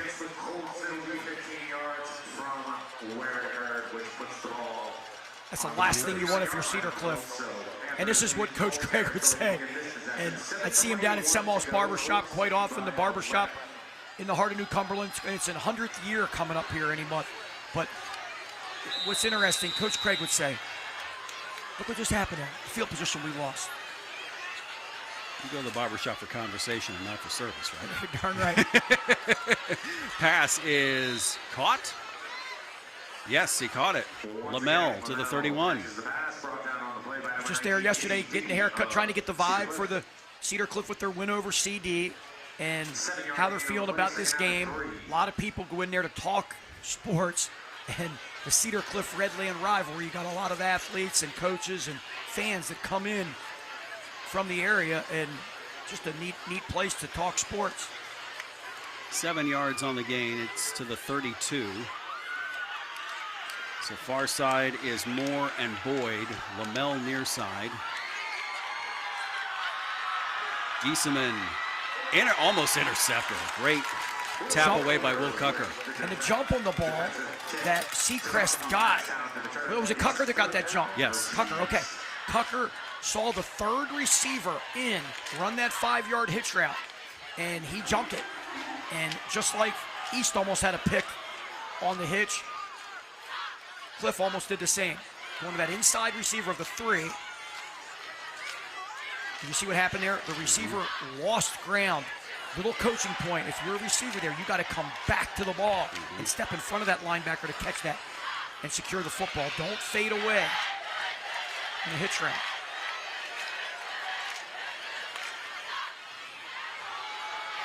Up the middle to the 31. That's only a yard for Caceres, and it's 4th and 1. They're going to obviously go for it here, but if we can get the replay of this, you can see the D lineman for Cedar Cliff on the top of your screen to your right is going to come down the line of scrimmage as he gets the pullers and was able to make that initial play. He didn't make the full tackle. Watch to the top of your screen. Watch this D lineman come tight down the line, stay square, and trip up the offensive running back. Very nice technique defensively. Trey Brown, 78 with that tackle. When the lineman in front of you pulls D-line, you don't want to run upfield. You follow him, get in his hip pocket. No! Cedar Cliff is going to hold. Great defense up front by the Colts to limit the Panthers from getting that first down. Knocking on the door, and now the Colts will have the ball. See the replay. Trey Brown again, 78. Great penetration by the Cedar Cliff defensive front.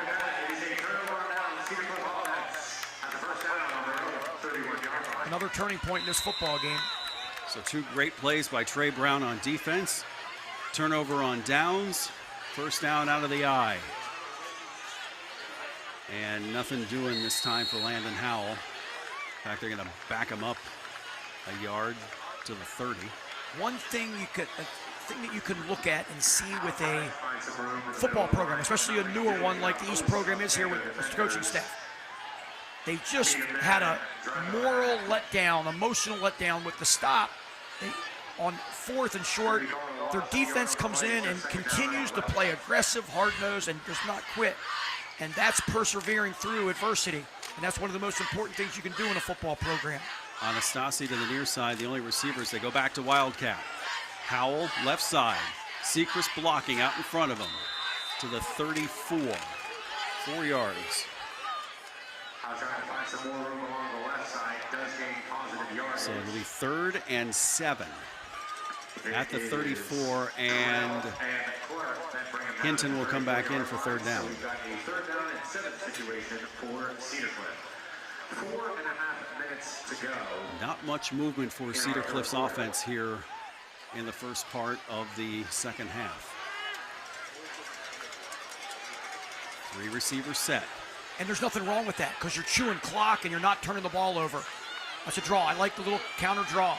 Otero breaks free, gets the first down. Really nice run by Katera. And what they did, they started Katera to the right for a step or two, and then he planted, and he came back to get that quick draw, little counter play, and one back counter, and what you would probably call a one back counter draw, and picked up the first down with extra effort. I was waiting for a draw play. We finally got one. He gets to the 43. First down, Cedar Cliff. Up by 11, under 4 minutes to go, third quarter. Power this way. Power, yep, here it is. Who almost lost the handoff. Otero to the 49. Tackled in space by Nelton De Leon. If we get a replay here, I want to show you about a run. It's the backup running back. Did a nice job running, but taking that ball, don't take it from the quarterback. Get a pocket and let the quarterback put it in. See what happens. See what he's grabbing with his hands? You don't want to do that. You want to keep your hands tight, make a pocket, I'm repeating myself, but let the quarterback put the ball in your breadbasket. And you grab it with your hands, your whole hands and arms, don't grab it out of the hands of the quarterback. That's how balls can fumble. Wildcat again to the 45, up to about the 42-yard line, and enough for a first down. Howell again. Howell Jr., running back, linebacker. He's also, as you know, when they go to Wildcat, he's the guy running it. Nice, rugged player as he comes out and gets a quick breather. Actually goes down. I think he might have a cramp on his right leg. Trainer's working out that cramp for him there. Hinton comes back in.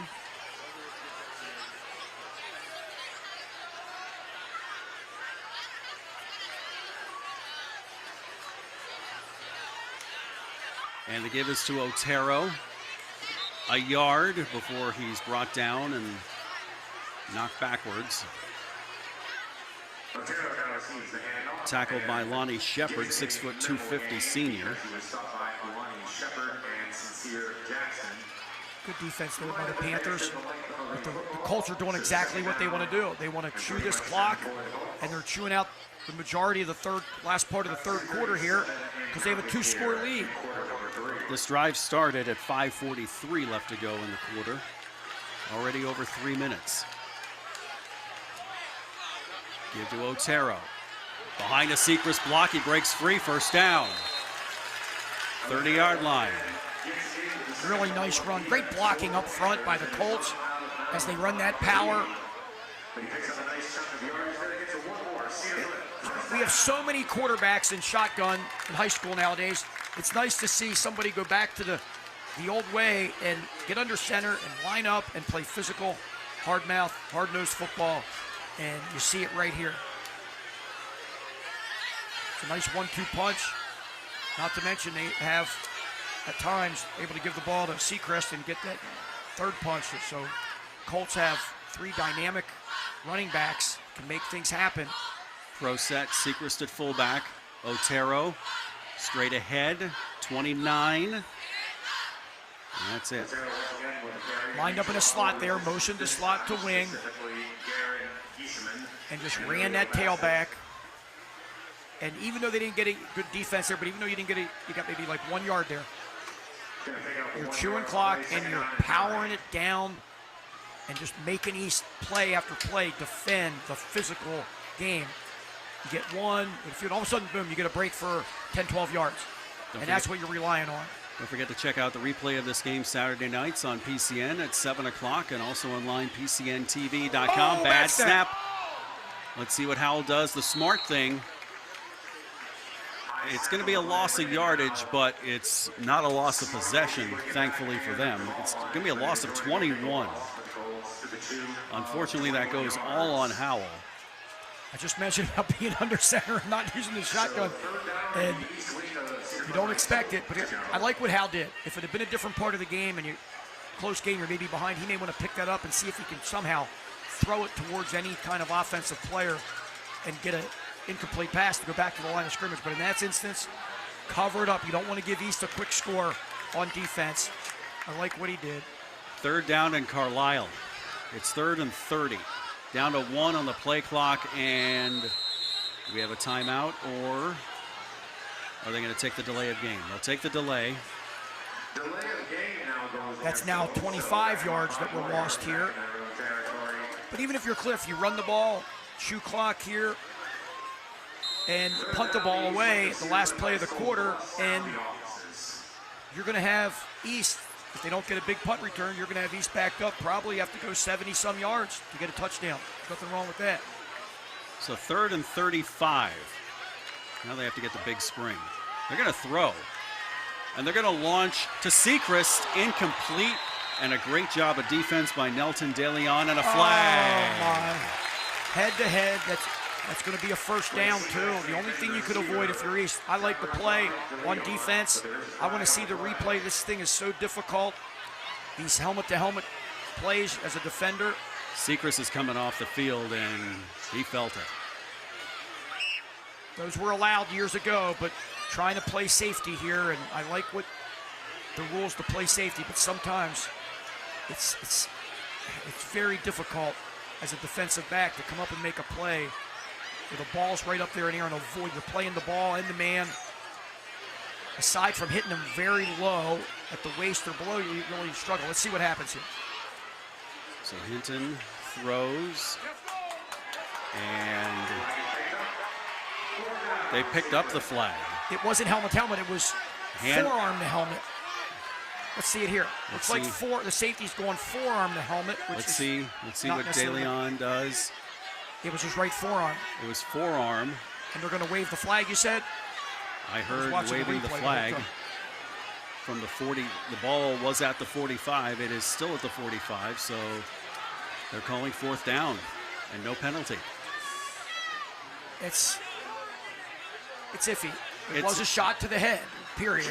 Even though, and I'd have to call that. I see that. If we could look at the replay, if I'm up in the replay booth and you do that in high school like you do in college, I'm going to call it to the head 15 yards. You're not thrown out in high school. In college, you would be. And Sechrist out of the game temporarily. Missed the punt. Well, that's because Sechrist is normally the punter, and the punt by Jaden Heckard was shanked, and it's only going to be a 6-yard punt. Hope Sechrist is okay. He's a heck of a football player. Yeah, he's down on the sideline being looked by the training staff. So with 35 seconds left in the 3rd quarter, CD East at the 49, at their own 49, will take over. Here's the replay of the punt. Almost dropped it, actually. Yes, the CD 49.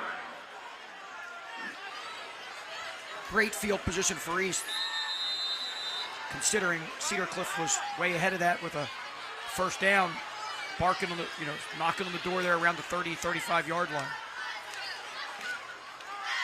Up the middle, and nothing happening there by Caceres. Taken back by both defensive surge. Cucker and Drake.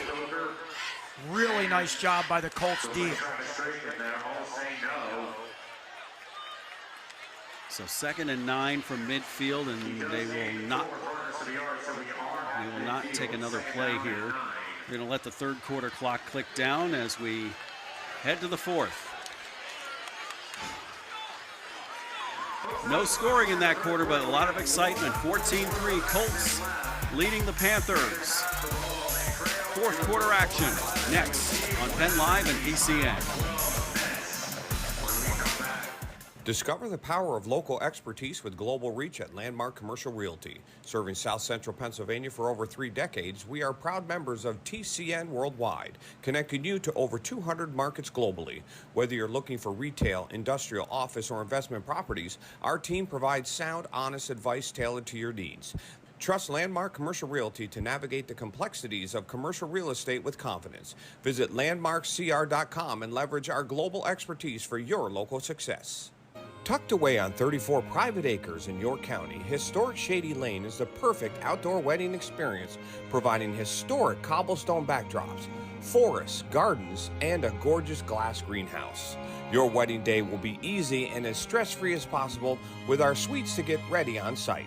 Multiple ceremony options, a separate cocktail hour area, a tented reception space, and more. A wedding coordinator is included in your package to make your experience effortless. You can inquire at historicsshadylane.com for more information. CD East in white. And a flag to start the fourth quarter. And a false start. So marching back 5, and it'll be 2nd and 14 at their own 45. If you're wondering about Blake Sechrist, number 11 for Cedar Cliff, who took a hit on their last offensive play. He's sitting up on the sideline, got an ice pack to the left side of his face. Trainer's still there with him. Looks to be responsive. Let me show you what they're doing here. If you look at this offensive set, they have 3 receivers to the short side of field, and they have their star out here, Lamel, their playmaker, to the wide side. They're going to go to him. Amir Lamel with the catch, and can't get much further. That was Isaiah Jones on defense. And there's a great example of running to the football. He actually got by Jones, but Howell was there from his linebacker position, sprinting to the football, and was able to bring him down. So it goes from 14 to go to 7 to go. Have to get to the 41 to continue this drive. And those penalties can really hurt you. It would be 3rd and 2 right now. 3 to the far side, 1 to the boundary. Fake the blitz. Bring the blitz. Bring the house and sack. Really good front 4 pressure. Now what Cedar Cliff did there, they put a guy over the top. East was trying to go for the hitch and go to Lamel to the short side of field down here, but it was definitely covered with a man and a half, if not 2 men. Nobody there on the hitch and go. And even if there was, he didn't have time to throw it. 55, Chase Miller. Give him the sack. Give him the helmet sticker. And it's back to 4th and 14 for the Panthers. Mosley to punt, Anastasi to receive at his own 25. Oh, we have legal procedure. The guy that was just lining up right there at the end on the left side of the east line jumped early. Illegal procedure goes against the Panthers, so that will back them up 5 more yards back to their own 4th and 19 now from their own 40. 2 penalties in the half here, 5 total for the Panthers.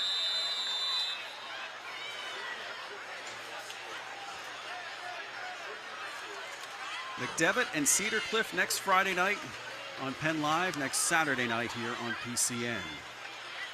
Fair catch by Anastasi at the 33.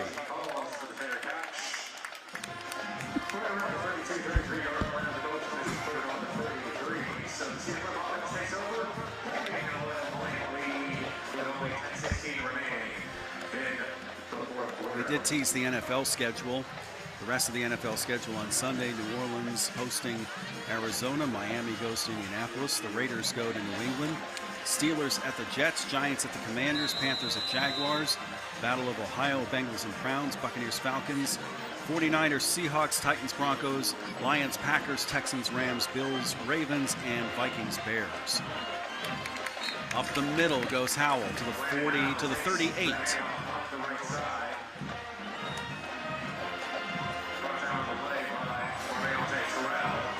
5 yards on the gain.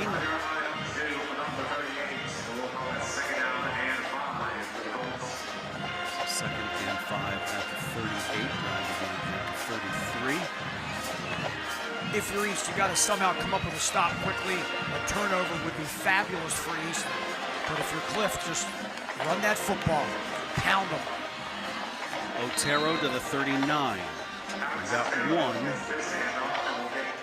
So they need 4 to keep the drive going. I'm thinking ball on the ground if I'm East. Thinking we got to take chances. If we got to place just one-on-one coverage on the outside, let's be aggressive. Let's bring the heat and stop this running play from getting 4 yards and force them to punt. 9 minutes to go. Hinton now going into the huddle with 7 on the clock. They may just call timeout here or take the delay. They're going to call timeout because it's only 3rd down. So timeout, 8:53 to go.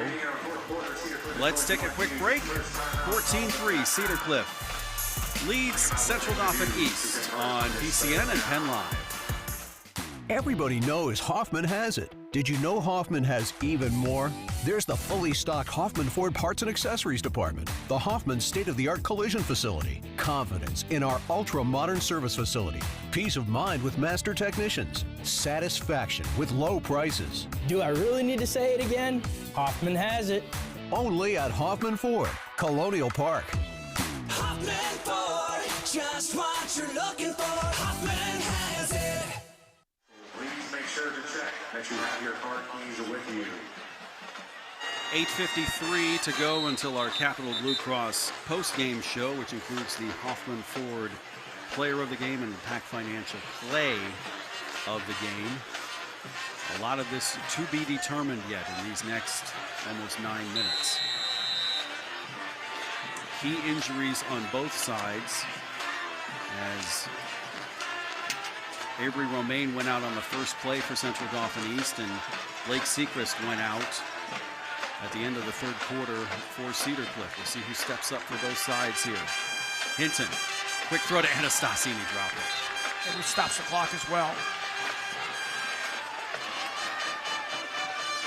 Well, if you're East, you did your job. There was a safe pass out there. And even if it was completed, I'm not sure Anastasi would have gotten the first down as there was a defender right there immediately. But bottom line, East is going to get the ball back, most likely. One time they were in punt return and they didn't get the ball back because of the muff. Now another punter in because Sechrist is injured. We have another punter in. I believe this is Travis Drake who's going to be punting. This looks like a lineman. He is a lineman. We'll see how well he punts this one. He's back 15 yards. Oh, my goodness. And we had a flag. Oh, my. If you're East, the worst thing you do is jump off sides here because it's a first down. You got to have self-discipline. Question is, did they react to someone on the Cedar Cliff side moving? And CD East. These are the little things that can really hurt. East trying to get the ball back just under 9 minutes, down 2 scores. And Cliff is now going to be able to run off another, even if they don't get a first down, run off another 2 minutes and change. Close to 3 minutes easily if they want to. And the Wildcat team is in. Landon Howell will take the snap. And we'll keep it. He's not handing that thing off. Zach Beaver in motion. Howell will follow Beaver and gets to almost the 49. Make it to 48, so 4 yards. If you get 4 yards every play from here on out, you're golden. Pick up a 4 on play for the Colts, second down and 6.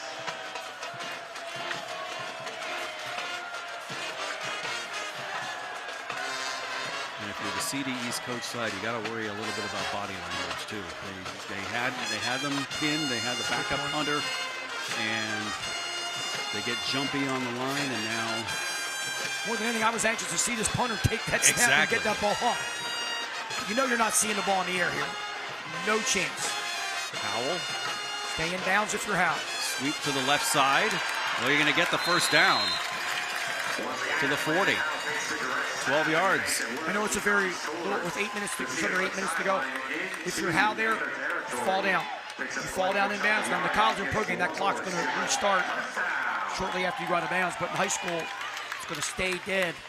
And that's another close to 40 seconds you can chew with that clock just continuing to run. Going to call it a pickup of 14 yards on the play. So yes, the play clock goes, but the game clock stays stopped. The only way it would go on a situation like that is if we were in continuous clock mode, if a team was up by 35. Howell again, up the middle. A yard to the 39. And the 40-second clock starts once the play is dead, so Cedar Cliff doesn't have to take this snap until about 7:10 to go. And Coach Gillen was aware of the time. He's been looking at it most of this quarter in between plays. He tells his team, let that play clock go down under 5 before you snap it. Heady move by the veteran coach. He was a big 33 assistant a few years ago. Now, in the old days, you would watch the The back judge put his hand up with 5 seconds to go. Now you've got the play clock here, which is down to 4. Oh, he's going to throw it. Oh, he throws it and it's caught. Amarian Autry with his first catch to the 34, so it's 5 yards. The clock keeps going. I love the play, but not in this situation because you're up 2 scores. East didn't get a pick up. It was very sick, but if you do, watch this here. Nice safe pass, but you don't want the ball deflected. Nobody knows what can happen. You don't want to give East an easy chance to score, but it worked. And if it works, you don't want to question it too much. You would have jumped out of the press box if it was a jump pass. How about it? It was close to it. Yes. An old Doug Flutie or Joe Neighbor jump pass here.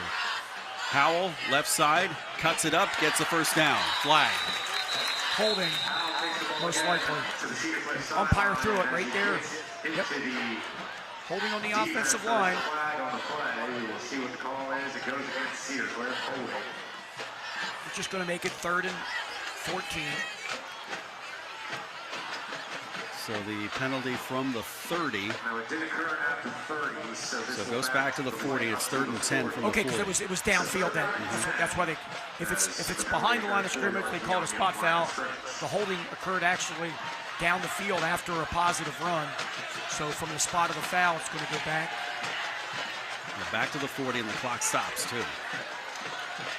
So 6:25 left. Now they wind it since it was inbounds. Yep. And the clock, the play clock only was reset to 25. So you have a quarterback back in the game. Hinton back in with 4 receivers on 3rd down. Otero with him in the backfield. But before that, timeout Cedar Cliff. We will take a break. We'll ponder what they're going to go with on 3rd and 10 here. 14-3 Cedar Cliff over CD East on Penn Live, PCN, and High School Sports Live. So a while back, I thought to myself, I'm never going to own a home. I'm going to have to rent forever. I didn't have money for a down payment. I had no credit history, and I just got out of a divorce. But PHFA showed me that home ownership is possible. They offer me a low-interest mortgage and a way to manage the closing cost. To me, this is more than just my home. It's a huge accomplishment and a new chapter in my life, thanks to PHFA.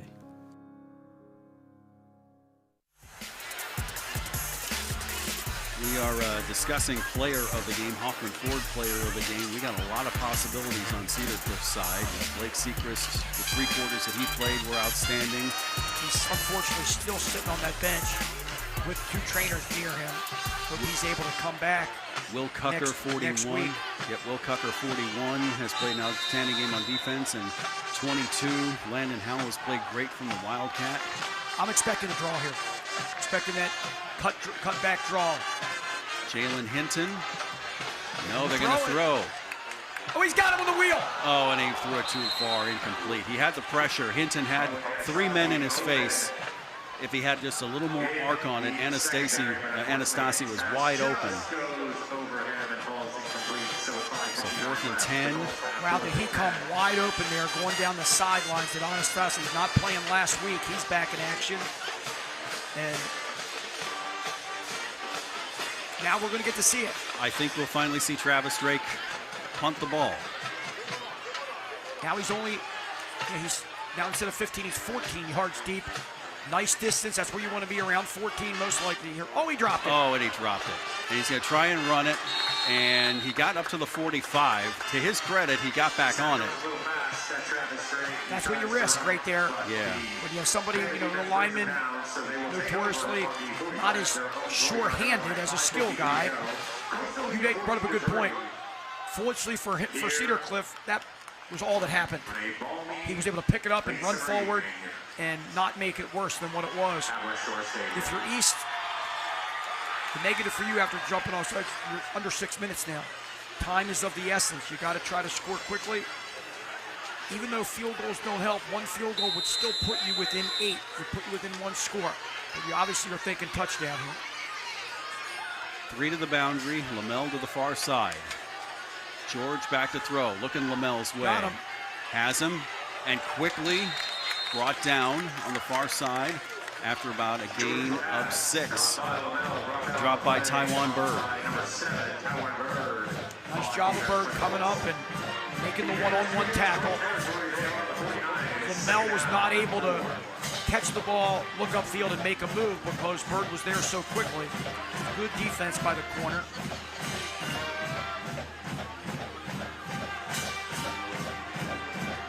Some Moore and Boyd to the near side, Lamel far side.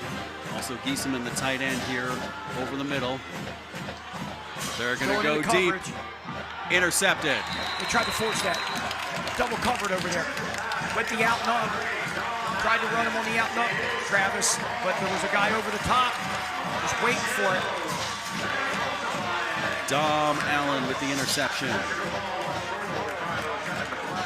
And the third turnover in the night for CD East. East tried to go to the short side of field on the out and up and double covered, as we mentioned. And there you see it. Both defenders playing good, solid prevent defense, keep them in front of you. And there's the pick. You can't miss those shoes and those gloves on Dom Brown. Wearing the orange, and he got the pick. And Cedar Cliff gets the ball back. About 5 minutes to go here. Trying to ice this one and get their second win. From the 19, first down. Howell is going to take it himself. Howell, good yardage to the 23. 4 yards. Howell once again takes the handoff, being brought down by the Panthers' Lonnie Shepard.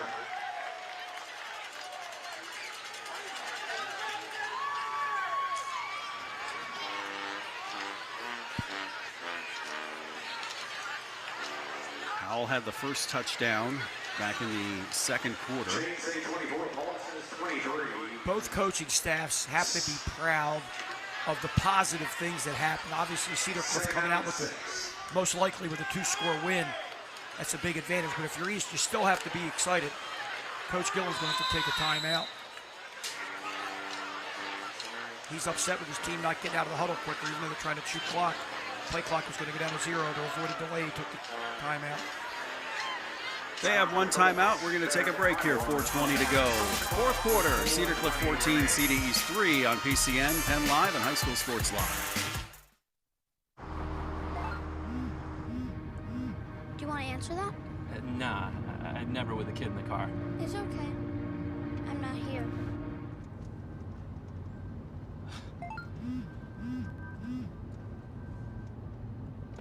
I'm there.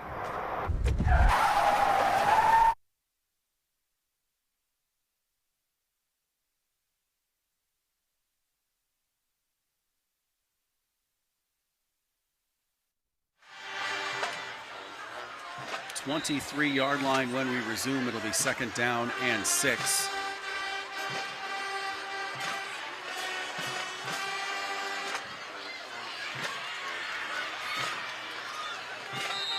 Don't forget, next week we're back here at Cedar Cliff. Coach Chapman and I will be here for Bishop McDevitt at Cedar Cliff. 7 o'clock kickoff Friday night, live on PennLive.com, and replayed Saturday night on Pennsylvania Cable Network, and also archived at PennLive. Here's Howell, breaking free to the 30, chugging those legs to the 35, 40 to the 44. First down yardage. And all the way out to the 43-yard line, Cedar Cliff Colts. Touchdown. Cedar Cliff sister school Redland continuing their winning ways. They're up late, 41-18 over Gettysburg. Really good job by Coach Thomas in his first year. Impressive showing so far. Don't forget to log on to PennLive.com for all the high school scores from not just throughout the Mid-Penn League, but throughout Pennsylvania as well. Howell spins, gets a yard to the 45. Stating the obvious here, you just don't want to turn the ball over. Shoot clock and hold on, possess the football. And we have a cramp down here on the near side by a CD East player. While they tend to the injured player, we take a break. 3:29 to go. Fourth quarter, 14-3. Cedar Cliff up on CD East on High School Sports Live. Pac Financial, founded by Joseph Marazzo Sr. in 1972. The tradition has continued for years, with son Steve Marazzo spanning 3 generations as Christian Marazzo is taking the life insurance division to the next level. Christian has a very unique ability to communicate the various options available to our customers. We help a lot of people with pre-existing conditions, from final expense all the way from, permanent to term insurance. Reach out to Pac Financial and set up a fact-finding meeting with Christian Marazzo. He will answer all your questions from pre-existing conditions, long-term care, to variations of permanent and term life insurance options. Don't wait. Get peace and clarity by connecting with Pac Financial at 564-6400. Call today or go to pacfinancialfirst.com.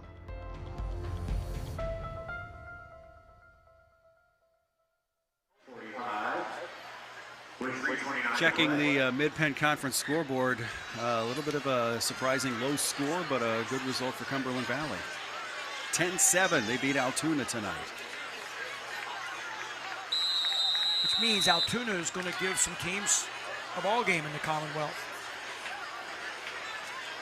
Low-scoring affair. So the clock started, and the play clock, they started it at 40, so Cedar Cliff doesn't have to snap this until about 2:49 left to go on the clock. 20 on the play clock, and they're going to stick with the Wildcat with Landon Howell taking the snap.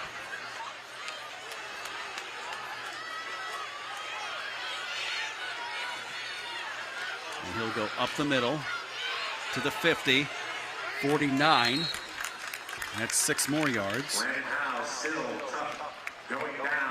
How about the season last year that Cumberland Valley graduate Dave Hecker grew up in the Mechanicsburg area, obviously, and has a lot of family in that Mechanicsburg. He goes and is the head football coach in Mechanicsburg, and man, have they done a great job. Last year had a fabulous team. This year they're up 19-0 this week over Mifflin County.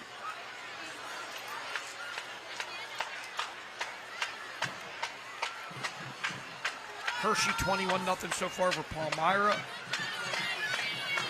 A little bit of surprise, 19-7 Nazareth leading Wilson in a crossover between East Penn and LL Burks. Absolutely. And that run will put Landon Howell over 100 yards, despite the fact that he had to take the credit for the 21-yard loss on the bad snap. That's right, great point. So he's over 100. He did have to take credit for that by jumping on it. The clock rolls. Panthers have all 3 timeouts, but are not in a hurry to use them. They have to snap this at the 124 mark. Howell comes back in.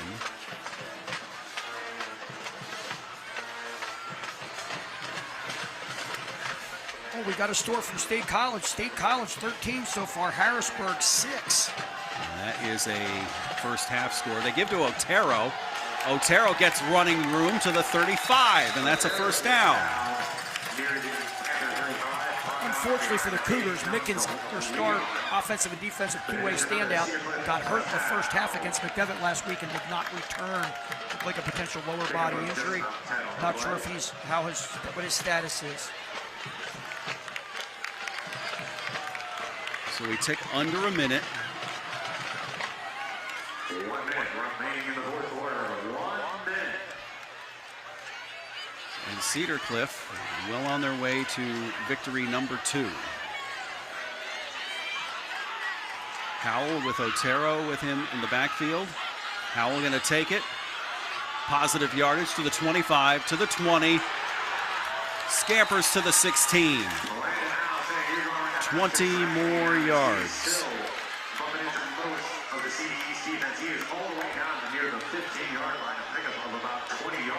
They have to snap the ball one more time from the 16, and then they'll come out of here victorious.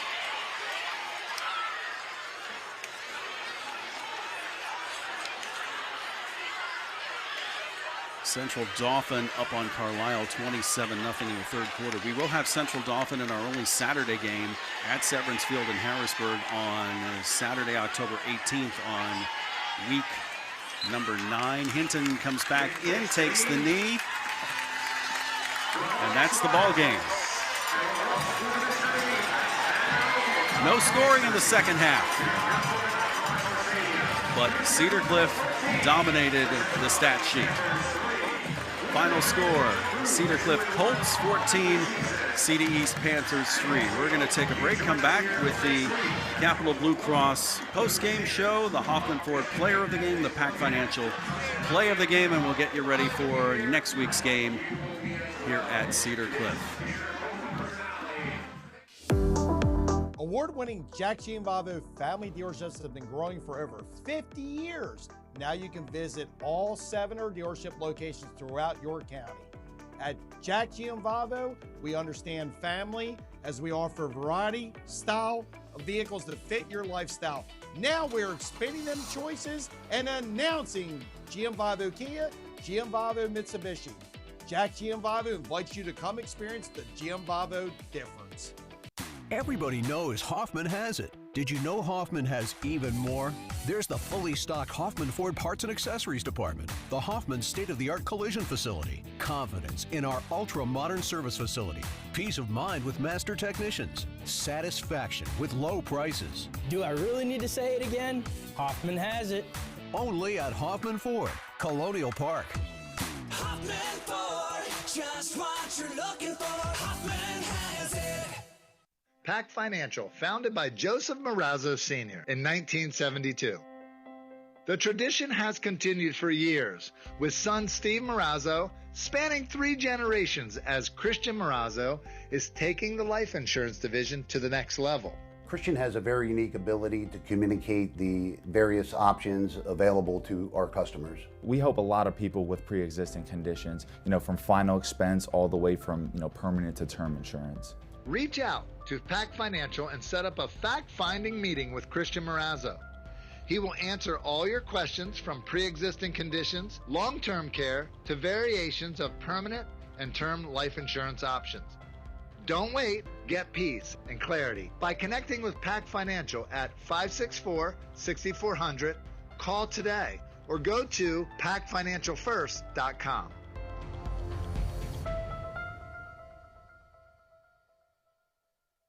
Senior moments. They're not about what's been lost. They're about everything you've gained. With Capital Blue Cross Medicare, you're covered to go all in on more senior moments. And when playtime's over, giving them back can be a senior moment too. They're all yours.